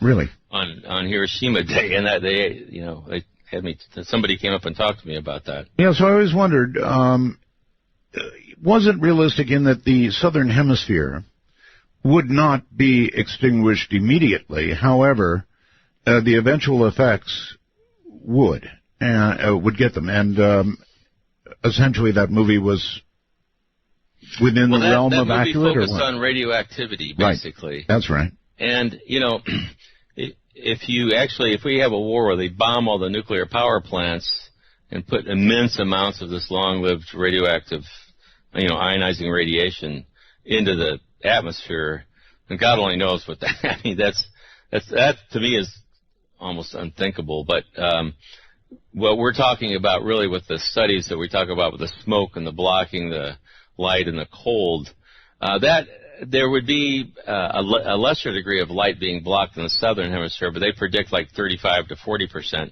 But still, there's going to be such a global cooling effect that for all practical purposes it won't matter. It might not be quite as dark and not quite as cold, but you still won't be able to grow any food. And I asked one of the scientists about this, and they said, well, there may be some people at the equator that might survive. But, I have an article in the Federation of American Scientists that's going to be published this month called Nuclear War, Nuclear Winter, and Human Extinction. And the point I try to make is that I don't think it's worth getting into an academic debate about whether or not all the people would be killed, but just the fact that there's a good chance that they would be, to me, is enough. That should be a fairly powerful, enough of a motivation to at least publicly acknowledge and discuss this. The nuclear weapon states won't do it. They won't. None of their leaders will come out and talk about any of this stuff. They just want to talk about the deterrent and nuclear war deters. But in order to have deterrence, all sides have to remain rational. They have to fear death. That doesn't seem like it's going to be the case forever. That is our modern problem. We have ISIS, which, by the way, is in the midst of trying to get hold of a nuclear weapon. Mm-hmm. We have North Korea. They both seem like very, by our standards, completely irrational group that want to bring on Armageddon. Right. And, I think the real issue I see is that everything is wired. So, when we had the Cuban Missile Crisis that you mentioned earlier, we didn't have launch-ready nuclear weapons at that time and all these things hooked up that we could launch 2,000 strategic warheads in a matter of, less than 15 minutes. But we do now, and things can happen so fast. You put these forces in Europe on Russia's border, and a jet plane can overfly, and a missile can go off, and things can happen quickly. And, both the U.S. and Russia have operated on what they call the counterforce military doctrine for decades. And what that does is it tasks the military to destroy the other side. In the event of war, the military's mission is to destroy the other side's nuclear forces before they can be used to destroy you. So once war starts, all the calculations change. Then you get into the fog of war, and then what happens? It's too fast. Everything's hooked up. So what the last thing we needed to do is to keep pounding our chests and threatening and But I don't see any simple way around it except by just getting, let's cut to the chase. Get some leader to come out and say, look, if we have a war, we're all going to die, and we really need to talk about this, and explain it in a way so that yes, but that's the rational approach, and it would work with rational nations. Mm-hmm. But not right. Well, I'm really referring. My concern is with the U.S. and Russian strategic arsenals because they've got 15 out of the 16,000 weapons on the planet, and it might. Who knows? I admit a lot of people say, yeah, right. Wishful thinking, but I don't really know any other way to approach this. I don't have a political solution to every problem. I don't think it's. You have to get above that. You have to have some kind of trump card, and to me, this is it. It's like, well, if we have a war, everybody dies. It's mutual assured destruction is really self-assured destruction. Even with our successful first strike, we're going to die. So what do we do about it? I don't know. I guess the only winning way is not to play. Right. Remember that line? I think it was good evening, Professor Pauken. Hello. A strange game. The only winning move is not to play. Yes, I remember that. That War Games movie, right? That's right. That's correct, yes. Mm-hmm. Let's very quickly, Omaha, Nebraska. By the way, you'd be one of the first to go there in Omaha. Thank you very much. I think you're probably right. That kind of leads into my comment that you're both referring to. About 15, 20 years ago, we had a governor, Frank Morrison, who was our governor at the time of the missile crisis, and I had the opportunity to visit with him basically on his deathbed. And we talked and visited about a lot of things, and I asked him, what's some of the most noteworthy or some scary things that happened that you recall as a governor? And he related that he came within 1 day of completely quarantining the state during that missile crisis. Really? And anyway, it's documented. I mean, I've seen.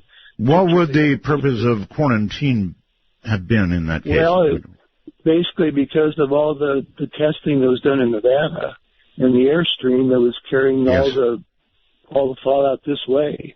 And anyway, that was kind of. Oh, I see. You're talking back the above ground testing days here in Nevada. Yes. Yes. Mm-hmm. Yes, and I know there's been tests of the effects in the state of cancer-related things because of that. So right. Anyway, that was just one comment to make. The other thing I wanted to ask your guest, by the way, this is a phenomenal interview tonight. I thank you, Art, and your guest. But he's from the University of Missouri, correct? Yes, sir. Uh-huh. Anyway, I'm curious if you know of a Nebraskan that used to teach down there by the name of John Neihart. He was in the English department. He's noted for the book Black Elk Steep. Well, I know exactly what you're talking about. I never had the privilege of meeting him, but I've actually listened to some of his recorded lectures. Yeah, he recorded the vision of Black Elk, and but those are two of the most peace-loving, peace-seeking men that I knew. And this with the supreme care of the earth and stuff. But just one last thing. Yes. I think the Pope's comments recently could be, you made reference in one of the talks so often to, we need to enter into conversation. Yeah, we need to enter into a conversation, all right. Again, I think that's a good point about the Pope. If the Vatican and the Pope, they can get behind nuclear disarmament, it helps when you get that sort of dialogue going. And, another thing that is not made the news big time, but at the the International Red Cross has come out strongly in favor of banning and eliminating nuclear weapons. The Red Cross hasn't joined in because of political pressure, but really, they certainly, International has made it come on record for it. I'll be darned. Back to something we discussed sort of a little while ago. If I were to ask you to guess, just a guess, Professor, about whether there are nuclear weapons in space, what would your guess have to be? I don't think there are, although I would say that, I have no way to know that they're not. I think that they don't really have to keep them in space because they have so many ready to go here on Earth that they can hit any target they want on Earth in at least, at the very most, an hour, and most of the time 30 minutes or less. Usually, if we can do something, we do it. And I'll leave it at that. And that's part of the reason when they talk about moving nuclear weapons to Europe, this is all a political thing. It's although it's dangerous because if you forward-based nuclear weapons, say in NATO countries, then you make them, in a sense, not only easier to use, but they're also more at risk for terrorism and threat. It's a bad idea, and you can still hit any target you want with a U.S. Trident sub. Can carry up to 200 warheads, that are independently targetable. Oh, under the START treaty, they supposedly carry less, but just one sub has enough warheads to take out every major city in Russia, or whatever. And they also have outfitted some of these subs to carry conventional warheads. So, or cruise missiles. Okay. And let me try this. There's not a need to put weapons in space. Let me try this. If the Russians had a nuclear weapon in space, would we know that? I don't know. I mean, I'm not sure what our national technical capability is, but I'm sure they monitor, each side always monitors their launches and stuff. The Russians, in the 1990s, it was a mess over there, and they at this point, they have lost almost most of their early warning system capability from satellites, just ground-based. So they're putting it back up, I believe, but I don't know. The U.S., even though the military moans and groans about, not having enough funds and everything, we've constantly modernized our arsenal, and these weapons are, if they were that dangerous or unsafe, we'd certainly, they are, I don't see how a nuclear weapon can be considered safe in the first place, but in terms of military thinking, when they complain about a weapon being unreliable, what they're talking about is not whether or not it will detonate, but they're worried about the explosive power being within a few % of what they want it to be, because that goes into their calculations for blasts and all that. Okay, Sergio on Skype, you're on the air. Yes. Good evening, Art. I'm not hearing you very well. You're going to have to get very close to the microphone of whatever you're talking into. Yes, good evening. Is that better? Better. Yes, good evening. Great subject. Long-time listener to you. Very interesting subject tonight. I just want to ask your guest, isn't it true that both Russia and the United States both have the, what in Russia is called dead end, which is the automatic retaliatory system? In case no one is alive, it will retaliate automatically. Good question. Very good question. Yes. It's interesting. I knew one of the guys, his name was Colonel Valery Yerinich. I wrote an article with him and worked together with him. He actually helped design that. It went into operation around 1985, and Valery passed away a couple of years ago, but he had told me that as far as he knew, it was still in operation.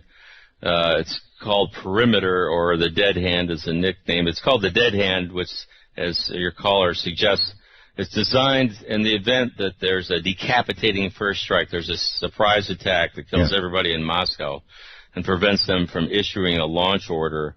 There's a command module that's about 60 miles away from Moscow that there's a couple of guys or officers that sit there, and Colonel Yerinich wrote about this in his book. He said there's a couple criteria that has to be done. There has to be an early warning from the National Command Authority that an attack is imminent. Then there has to be a complete loss of communication, and they have a lot of redundant. They have radio, they have satellite, they have fiber optic, all sorts of. They've never ever, he told me, in the history of their strategic rocket forces, lost communication with this. But so they would lose communication, and then almost simultaneously they have nuclear detonation detectors that are optic and seismic and radiological. And if all these criteria are met in a very precise time frame that corresponds with the warning of attack, then they launch. They're called emergency communication rockets. And these rockets, after they take off, they broadcast a signal that overrides all human interference. It just automatically launches any surviving nuclear forces. Gee, good thing nothing can go wrong with that. Yeah.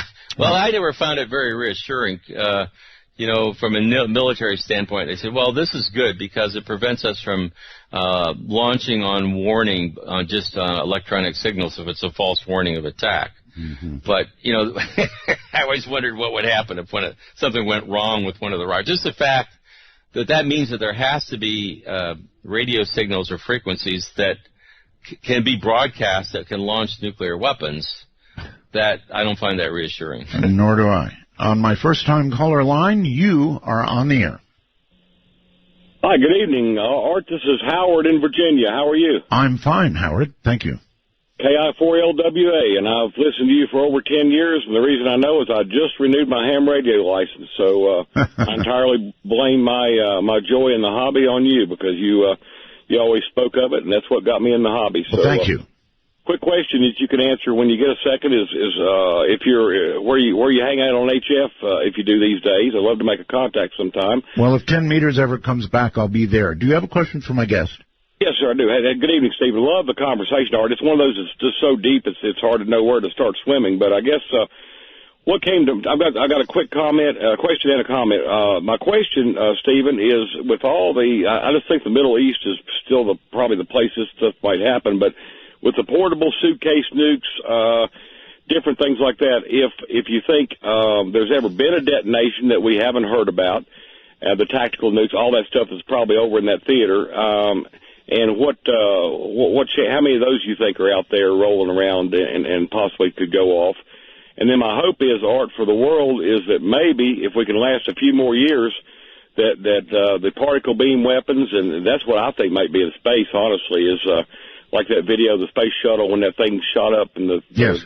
So I'm hoping that our technology will make these things obsolete someday. But that's it. Thanks so much. I love your show, and I'm glad you're back. Thank you very much. All right, so do you think there's ever been a detonation, kind of a hard question, that we've not detected? Well, there was what came to mind was when it's believed that South Africa had developed nuclear weapons. Oh, yes. And they tested them over, I guess, in the Atlantic with the help of Israel. And, the only way to detect something like that was with a satellite, and because people aren't going to see that. I guess your guest may be referring more to a detonation that took place that, there would be visible destruction. Mm-hmm. I'm getting pretty cynical about almost all the news and things that we hear now because I honestly think we get so much propaganda that's rather than facts. Agreed. And a lot of the facts are being omitted. But, there's a lot of technical capability out there to register radioactivity. And that even goes along with, say, trying to clandestinely manufacture nuclear weapons. It's amazing what they can detect in the atmosphere of radionuclides if somebody's got sensitive equipment. So I've always thought that, there's enough, even though a lot of these scientists are linked to the government might tell them don't release any information. There's still people that have equipment that monitor that. I honestly think if there was a nuclear detonation, you would be able to detect it from atmospheric radiation as well as the site. Okay. That enormous explosion they just had in Tianjin in China. Right. That was like between 5 and 10 kilotons from what I can see with this blast calculation. Really? Enormous. But I don't think it was nuclear because I think there would have been enough fallout from that it just you can't hide that. There's always, if you produce ionizing radiation, sure, nuclear detonation, you can't hide it. Okay, suitcase nukes. Well, the suitcase nukes, they're real? I've studied that. They did exist. They were manufactured. But when you miniaturize a nuclear weapon to that extent, it's actually a very technical process. It's nothing at all like putting together an atomic bomb. The first atomic bomb was just basically a cannon barrel with two highly enriched pieces of uranium that they fired one through the barrel into the other. But when you try to miniaturize a nuclear weapon, it's very complex. And the experts that I've read about said that over time they degrade, and it would be the first reports I read about that were in the late 90s. I think it was Alexander Lebed. It was a Russian guy that announced this, but even if it was true that they weren't able to keep track of them, my opinion is if anybody really got their hands on one of those, they probably would have used it. I think if a terrorist organization or somebody gets a nuclear weapon, they're not going to just sit around and say, well, let's wait till a really good time. They're going to shoot that thing off. How many do you think were made? I think the Russians said that they'd made something like 90 or 100. Lebed said that they could only find 50 or 60 of them. So, who the hell knows? But, there's a lot of things that are even, to me, are scarier. The Soviets had nuclear material scattered all over the place. In Kazakhstan, they were working on nuclear rocket engines, and they had enough, uranium and plutonium down there to make 60 atomic bombs. Mm-hmm. And the United States went in and got a lot of that out with the help. That was back when we were actually kind of working with the Russians, but it's really, I swear to God, it's just amazing that we haven't had a bomb go off somewhere. It really is. There's so much highly enriched uranium that's out there that's been manufactured that, it's really a miracle that we haven't had it put together and used in a bomb someplace. Okay, down to Houston, Texas. First time caller. Hi. Hey, good evening, Art. I can't believe I'm online, actually. I just have a question. Are you listening, sir? I've got a question. Are you listening online? Yes, sir, definitely. Okay, go ahead. Well, yes, sir. My question, sir, actually, I read an article a couple months back. I believe they asked a Russian defense minister. It was just a basic scenario that the Russians said they would drop a nuclear weapon into, I believe it was Yellowstone National Park, since it is an active volcano, and that would basically just disrupt the United States, break it in half. I don't know if that's a scenario that... Well, it would be, if they did that, it would be an act of war, and then we would have global thermonuclear war. Right, Professor?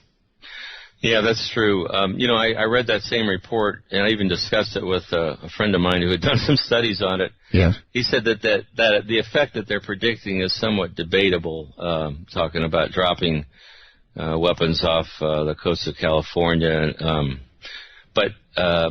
There's... what scared me about that is just that there's military guys on each side. we have, extremists in all the nations, and the Russians have ultra-nationalists they'd like to start a war right now. We have people like that in the U.S. too, but, I worry that, Putin may be pictured as like a really bad guy, but there's honestly a lot worse. We could wind up with somebody a lot worse than him if we're not careful, so. This is true. All right, let's see. I think it's Felton, California, is that correct? Yeah, hi, this is Tom in Santa Cruz. Yes, Tom. I wanted to ask Professor Starr, are you familiar with a book by John Mueller, who happens to be my cousin, called Atomic Obsession? I'm sorry I'm not, but I'd like to read it. Okay, yeah, he's a professor of politics at Ohio State University. He argues, or at least he tries to reassure us, that the states so far and the future ones, such as maybe Iran, who may be getting nuclear weapons, will soon find out that, like the military people you mentioned earlier, that there's really nothing you can really accomplish with them if you actually use them. So they're unless you're dedicated. I guess he's not hearing me. Unless you're dedicated to the destruction of a nation like Israel, unless you're actually dedicated to doing that, and then there would be something you could do with them, right? Let me say that there was a general in India that made a comment about, they said, well, which nation got invaded? Was it North Korea or Iraq? So there is a perception out there that having nuclear weapons, if you're a small nation, might provide you with a means to escape invasion. In a sense, it's sort of like a six-shooter in the Old West. And that's why Henry Kissinger, George Shultz, William Perry published some articles in the New York Times a number of years ago. They actually called for the abolition of nuclear weapons because their perception was that the United States was so far ahead with its conventional weapons that nobody ever be able, the small nations can't even think about catching up. But the way they can kind of equalize the situation is to build some atomic bombs. Well, it's a great way to get foreign aid. The mouse that roared. The mouse that roared, indeed. But it actually is a great way to get foreign aid. Yeah. Would we really be looking at North Korea the way we do and providing food and other things for them? That's a good point. If they didn't have nuclear weapons? I think the answer to that is a very, very, very clear no way. So, yeah, that's a reason to try and get them. Hold on, Professor. We're at the bottom of the hour. Take a deep breath. In fact, everybody take a deep breath.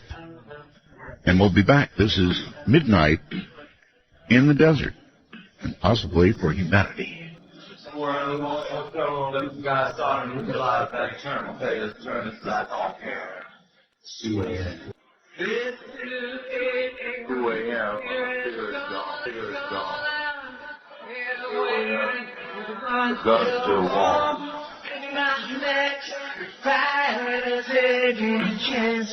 Midnight in the Desert doesn't screen calls. We trust you.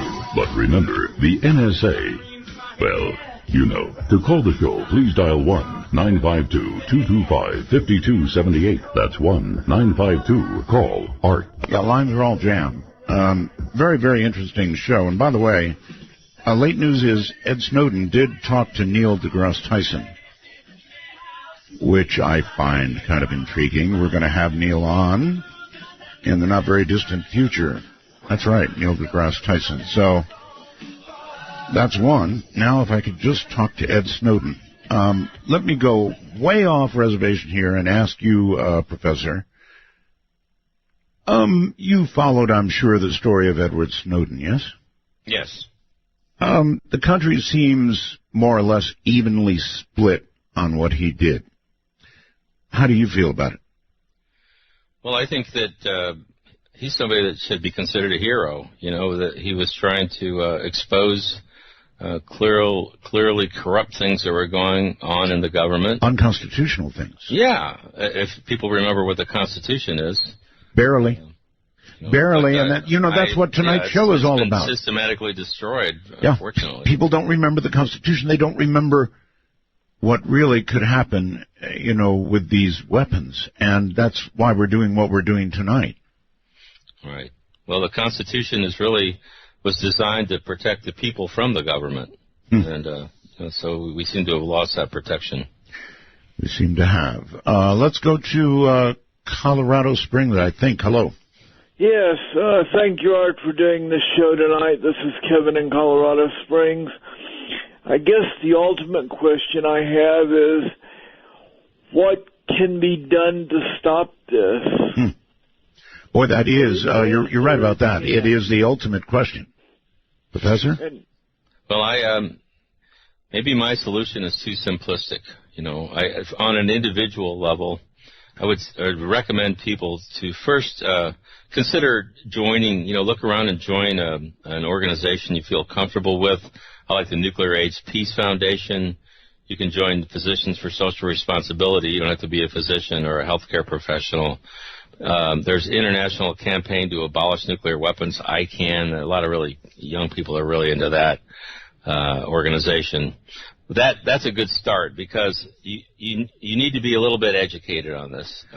I don't think your solution is too simplistic. I just think that, I'm sorry to say, but I think it's dated.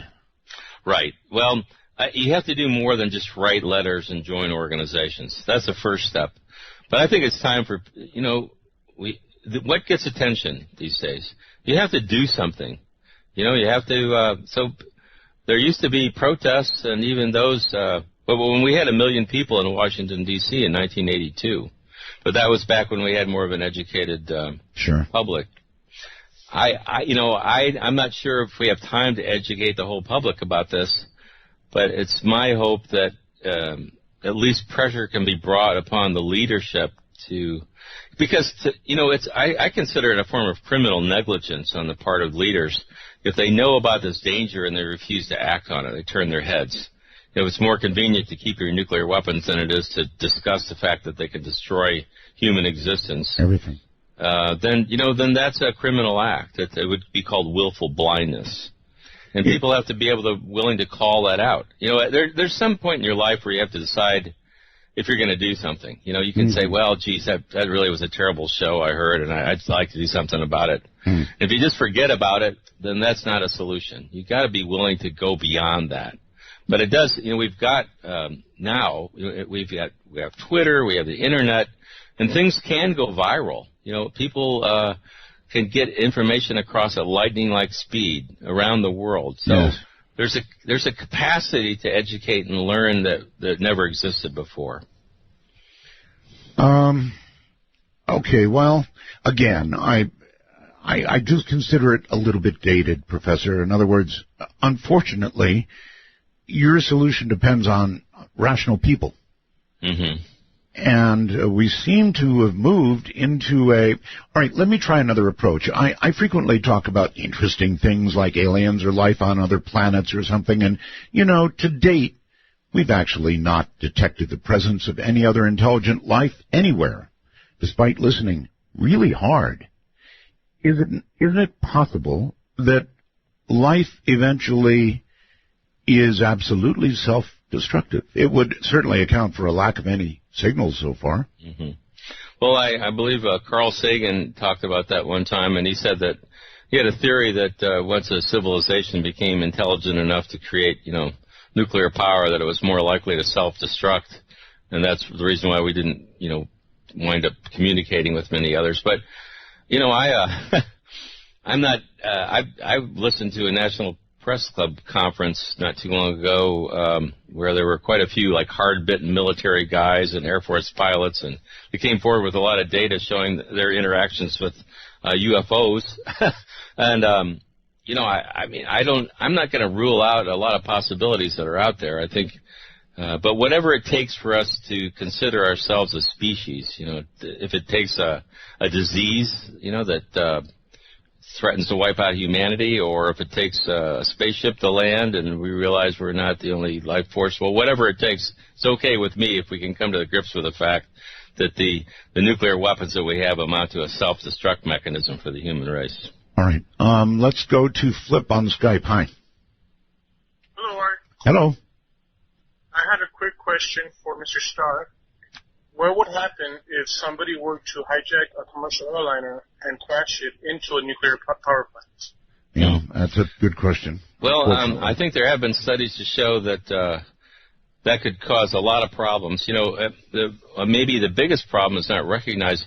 The spent fuel pools that I mentioned each reactor stores all their used fuel rods on site in like a stainless steel lined swimming pool. It's about 40 feet deep, the size of a tennis court. A lot of the buildings that house those are just like concrete block. They're like the buildings that would house chemical. They're not a heavy duty. They're not built to the same standards like a containment vessel. And a plane crashing into that could easily cause a massive release of radioactivity if it destroyed the cooling system on the pool or breached the pool and allowed the cooling water to be released. Okay, well, I understand that in Fukushima, what really was their undoing was the fact that the diesel generators that had to be maintained, and they did have them, were down below ground. And so, of course, they flooded, so no power. Now, that's right. Well, and there's another thing, too. You can scram a nuclear power plant and shut down the fission. Yes. But there's still an enormous amount of heat that's still there that's going to you have to keep cooling the core. And when they lost all the off-site power, too, and their cooling systems that were, flooded, they lost the ability to cool the reactor core. And so they melted. And honestly, the Japanese knew damn well that all of those reactors had melted down within the first couple of days of the accident.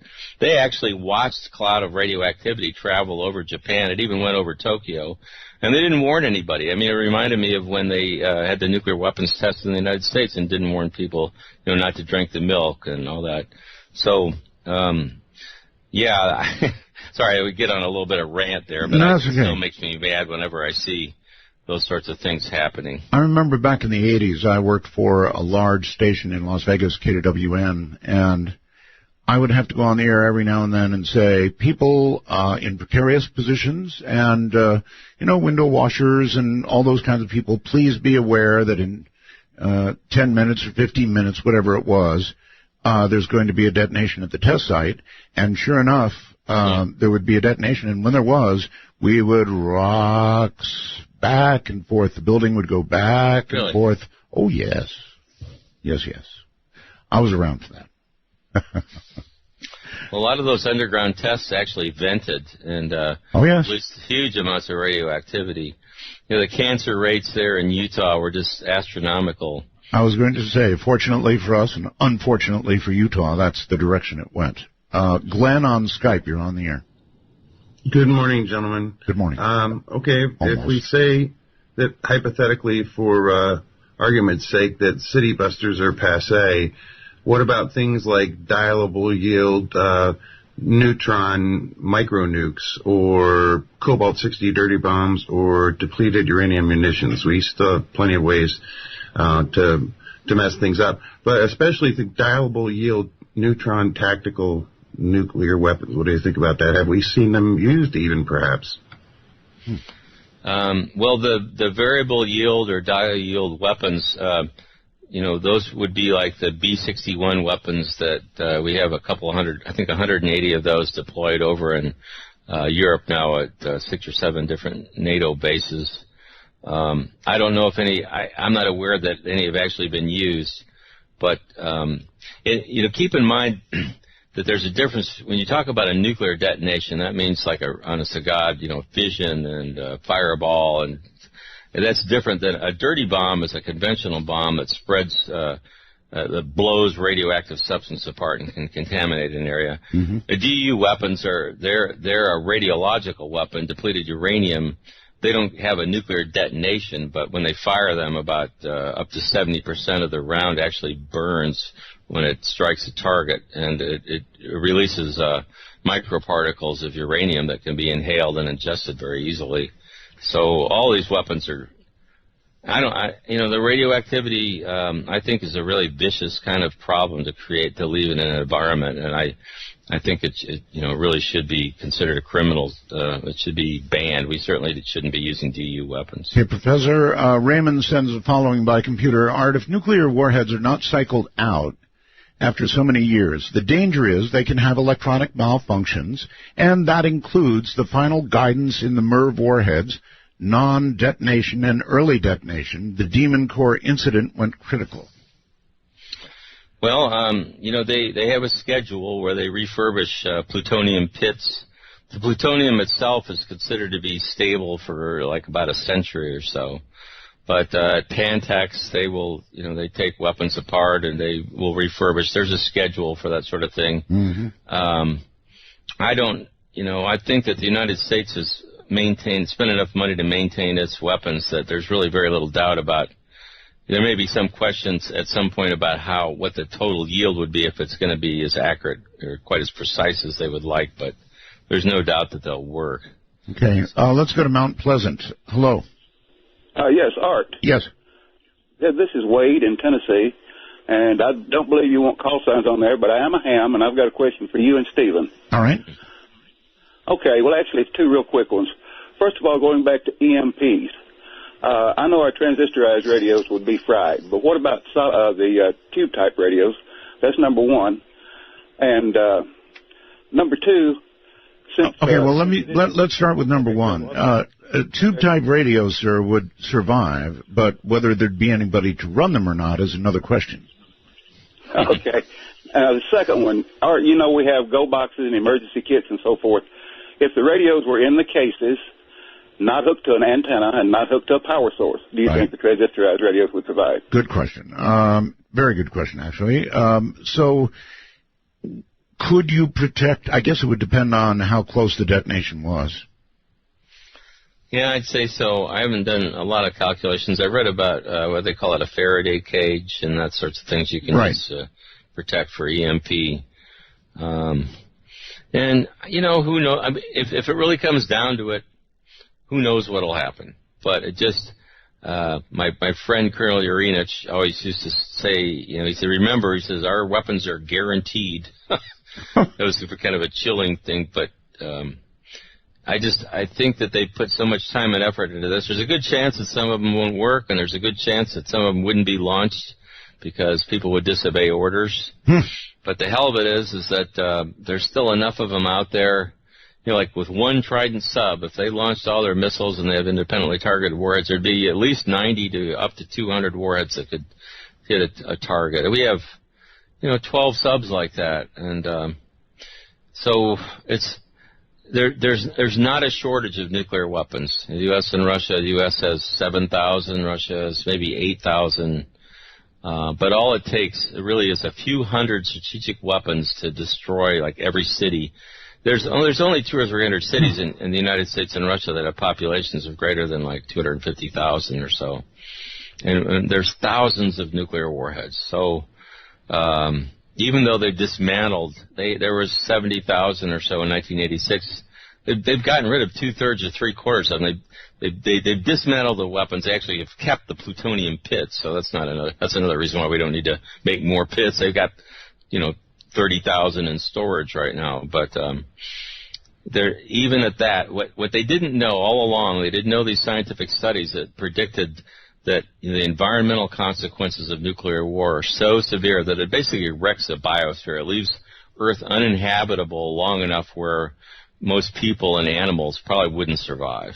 Or want to. Very quickly on Skype. Hello? Oh, hello there, Art. Good evening. Good evening. I just wanted to make a little comment and a bit of a more lighthearted question, considering the nature of tonight's talk. Very quickly. Which is very informative, by the way. Thank you. Yeah, I just wanted to say, I assume that all of these generals and such and all of these government aides that are all in charge of this nuclear football and all this nuclear ordnance, I would assume generally that they're part of the old guard from the 50s, 60s, 70s.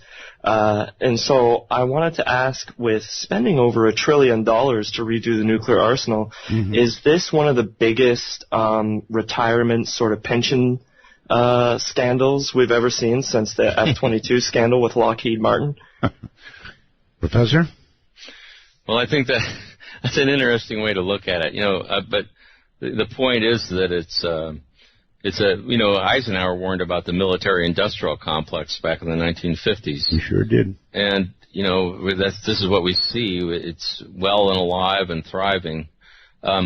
I thought when you were asking your question, you were going to ask if whether or not these generals and all these people were aware of the information that I've been talking about. And I want to say emphatically that as far as I can tell, they're not.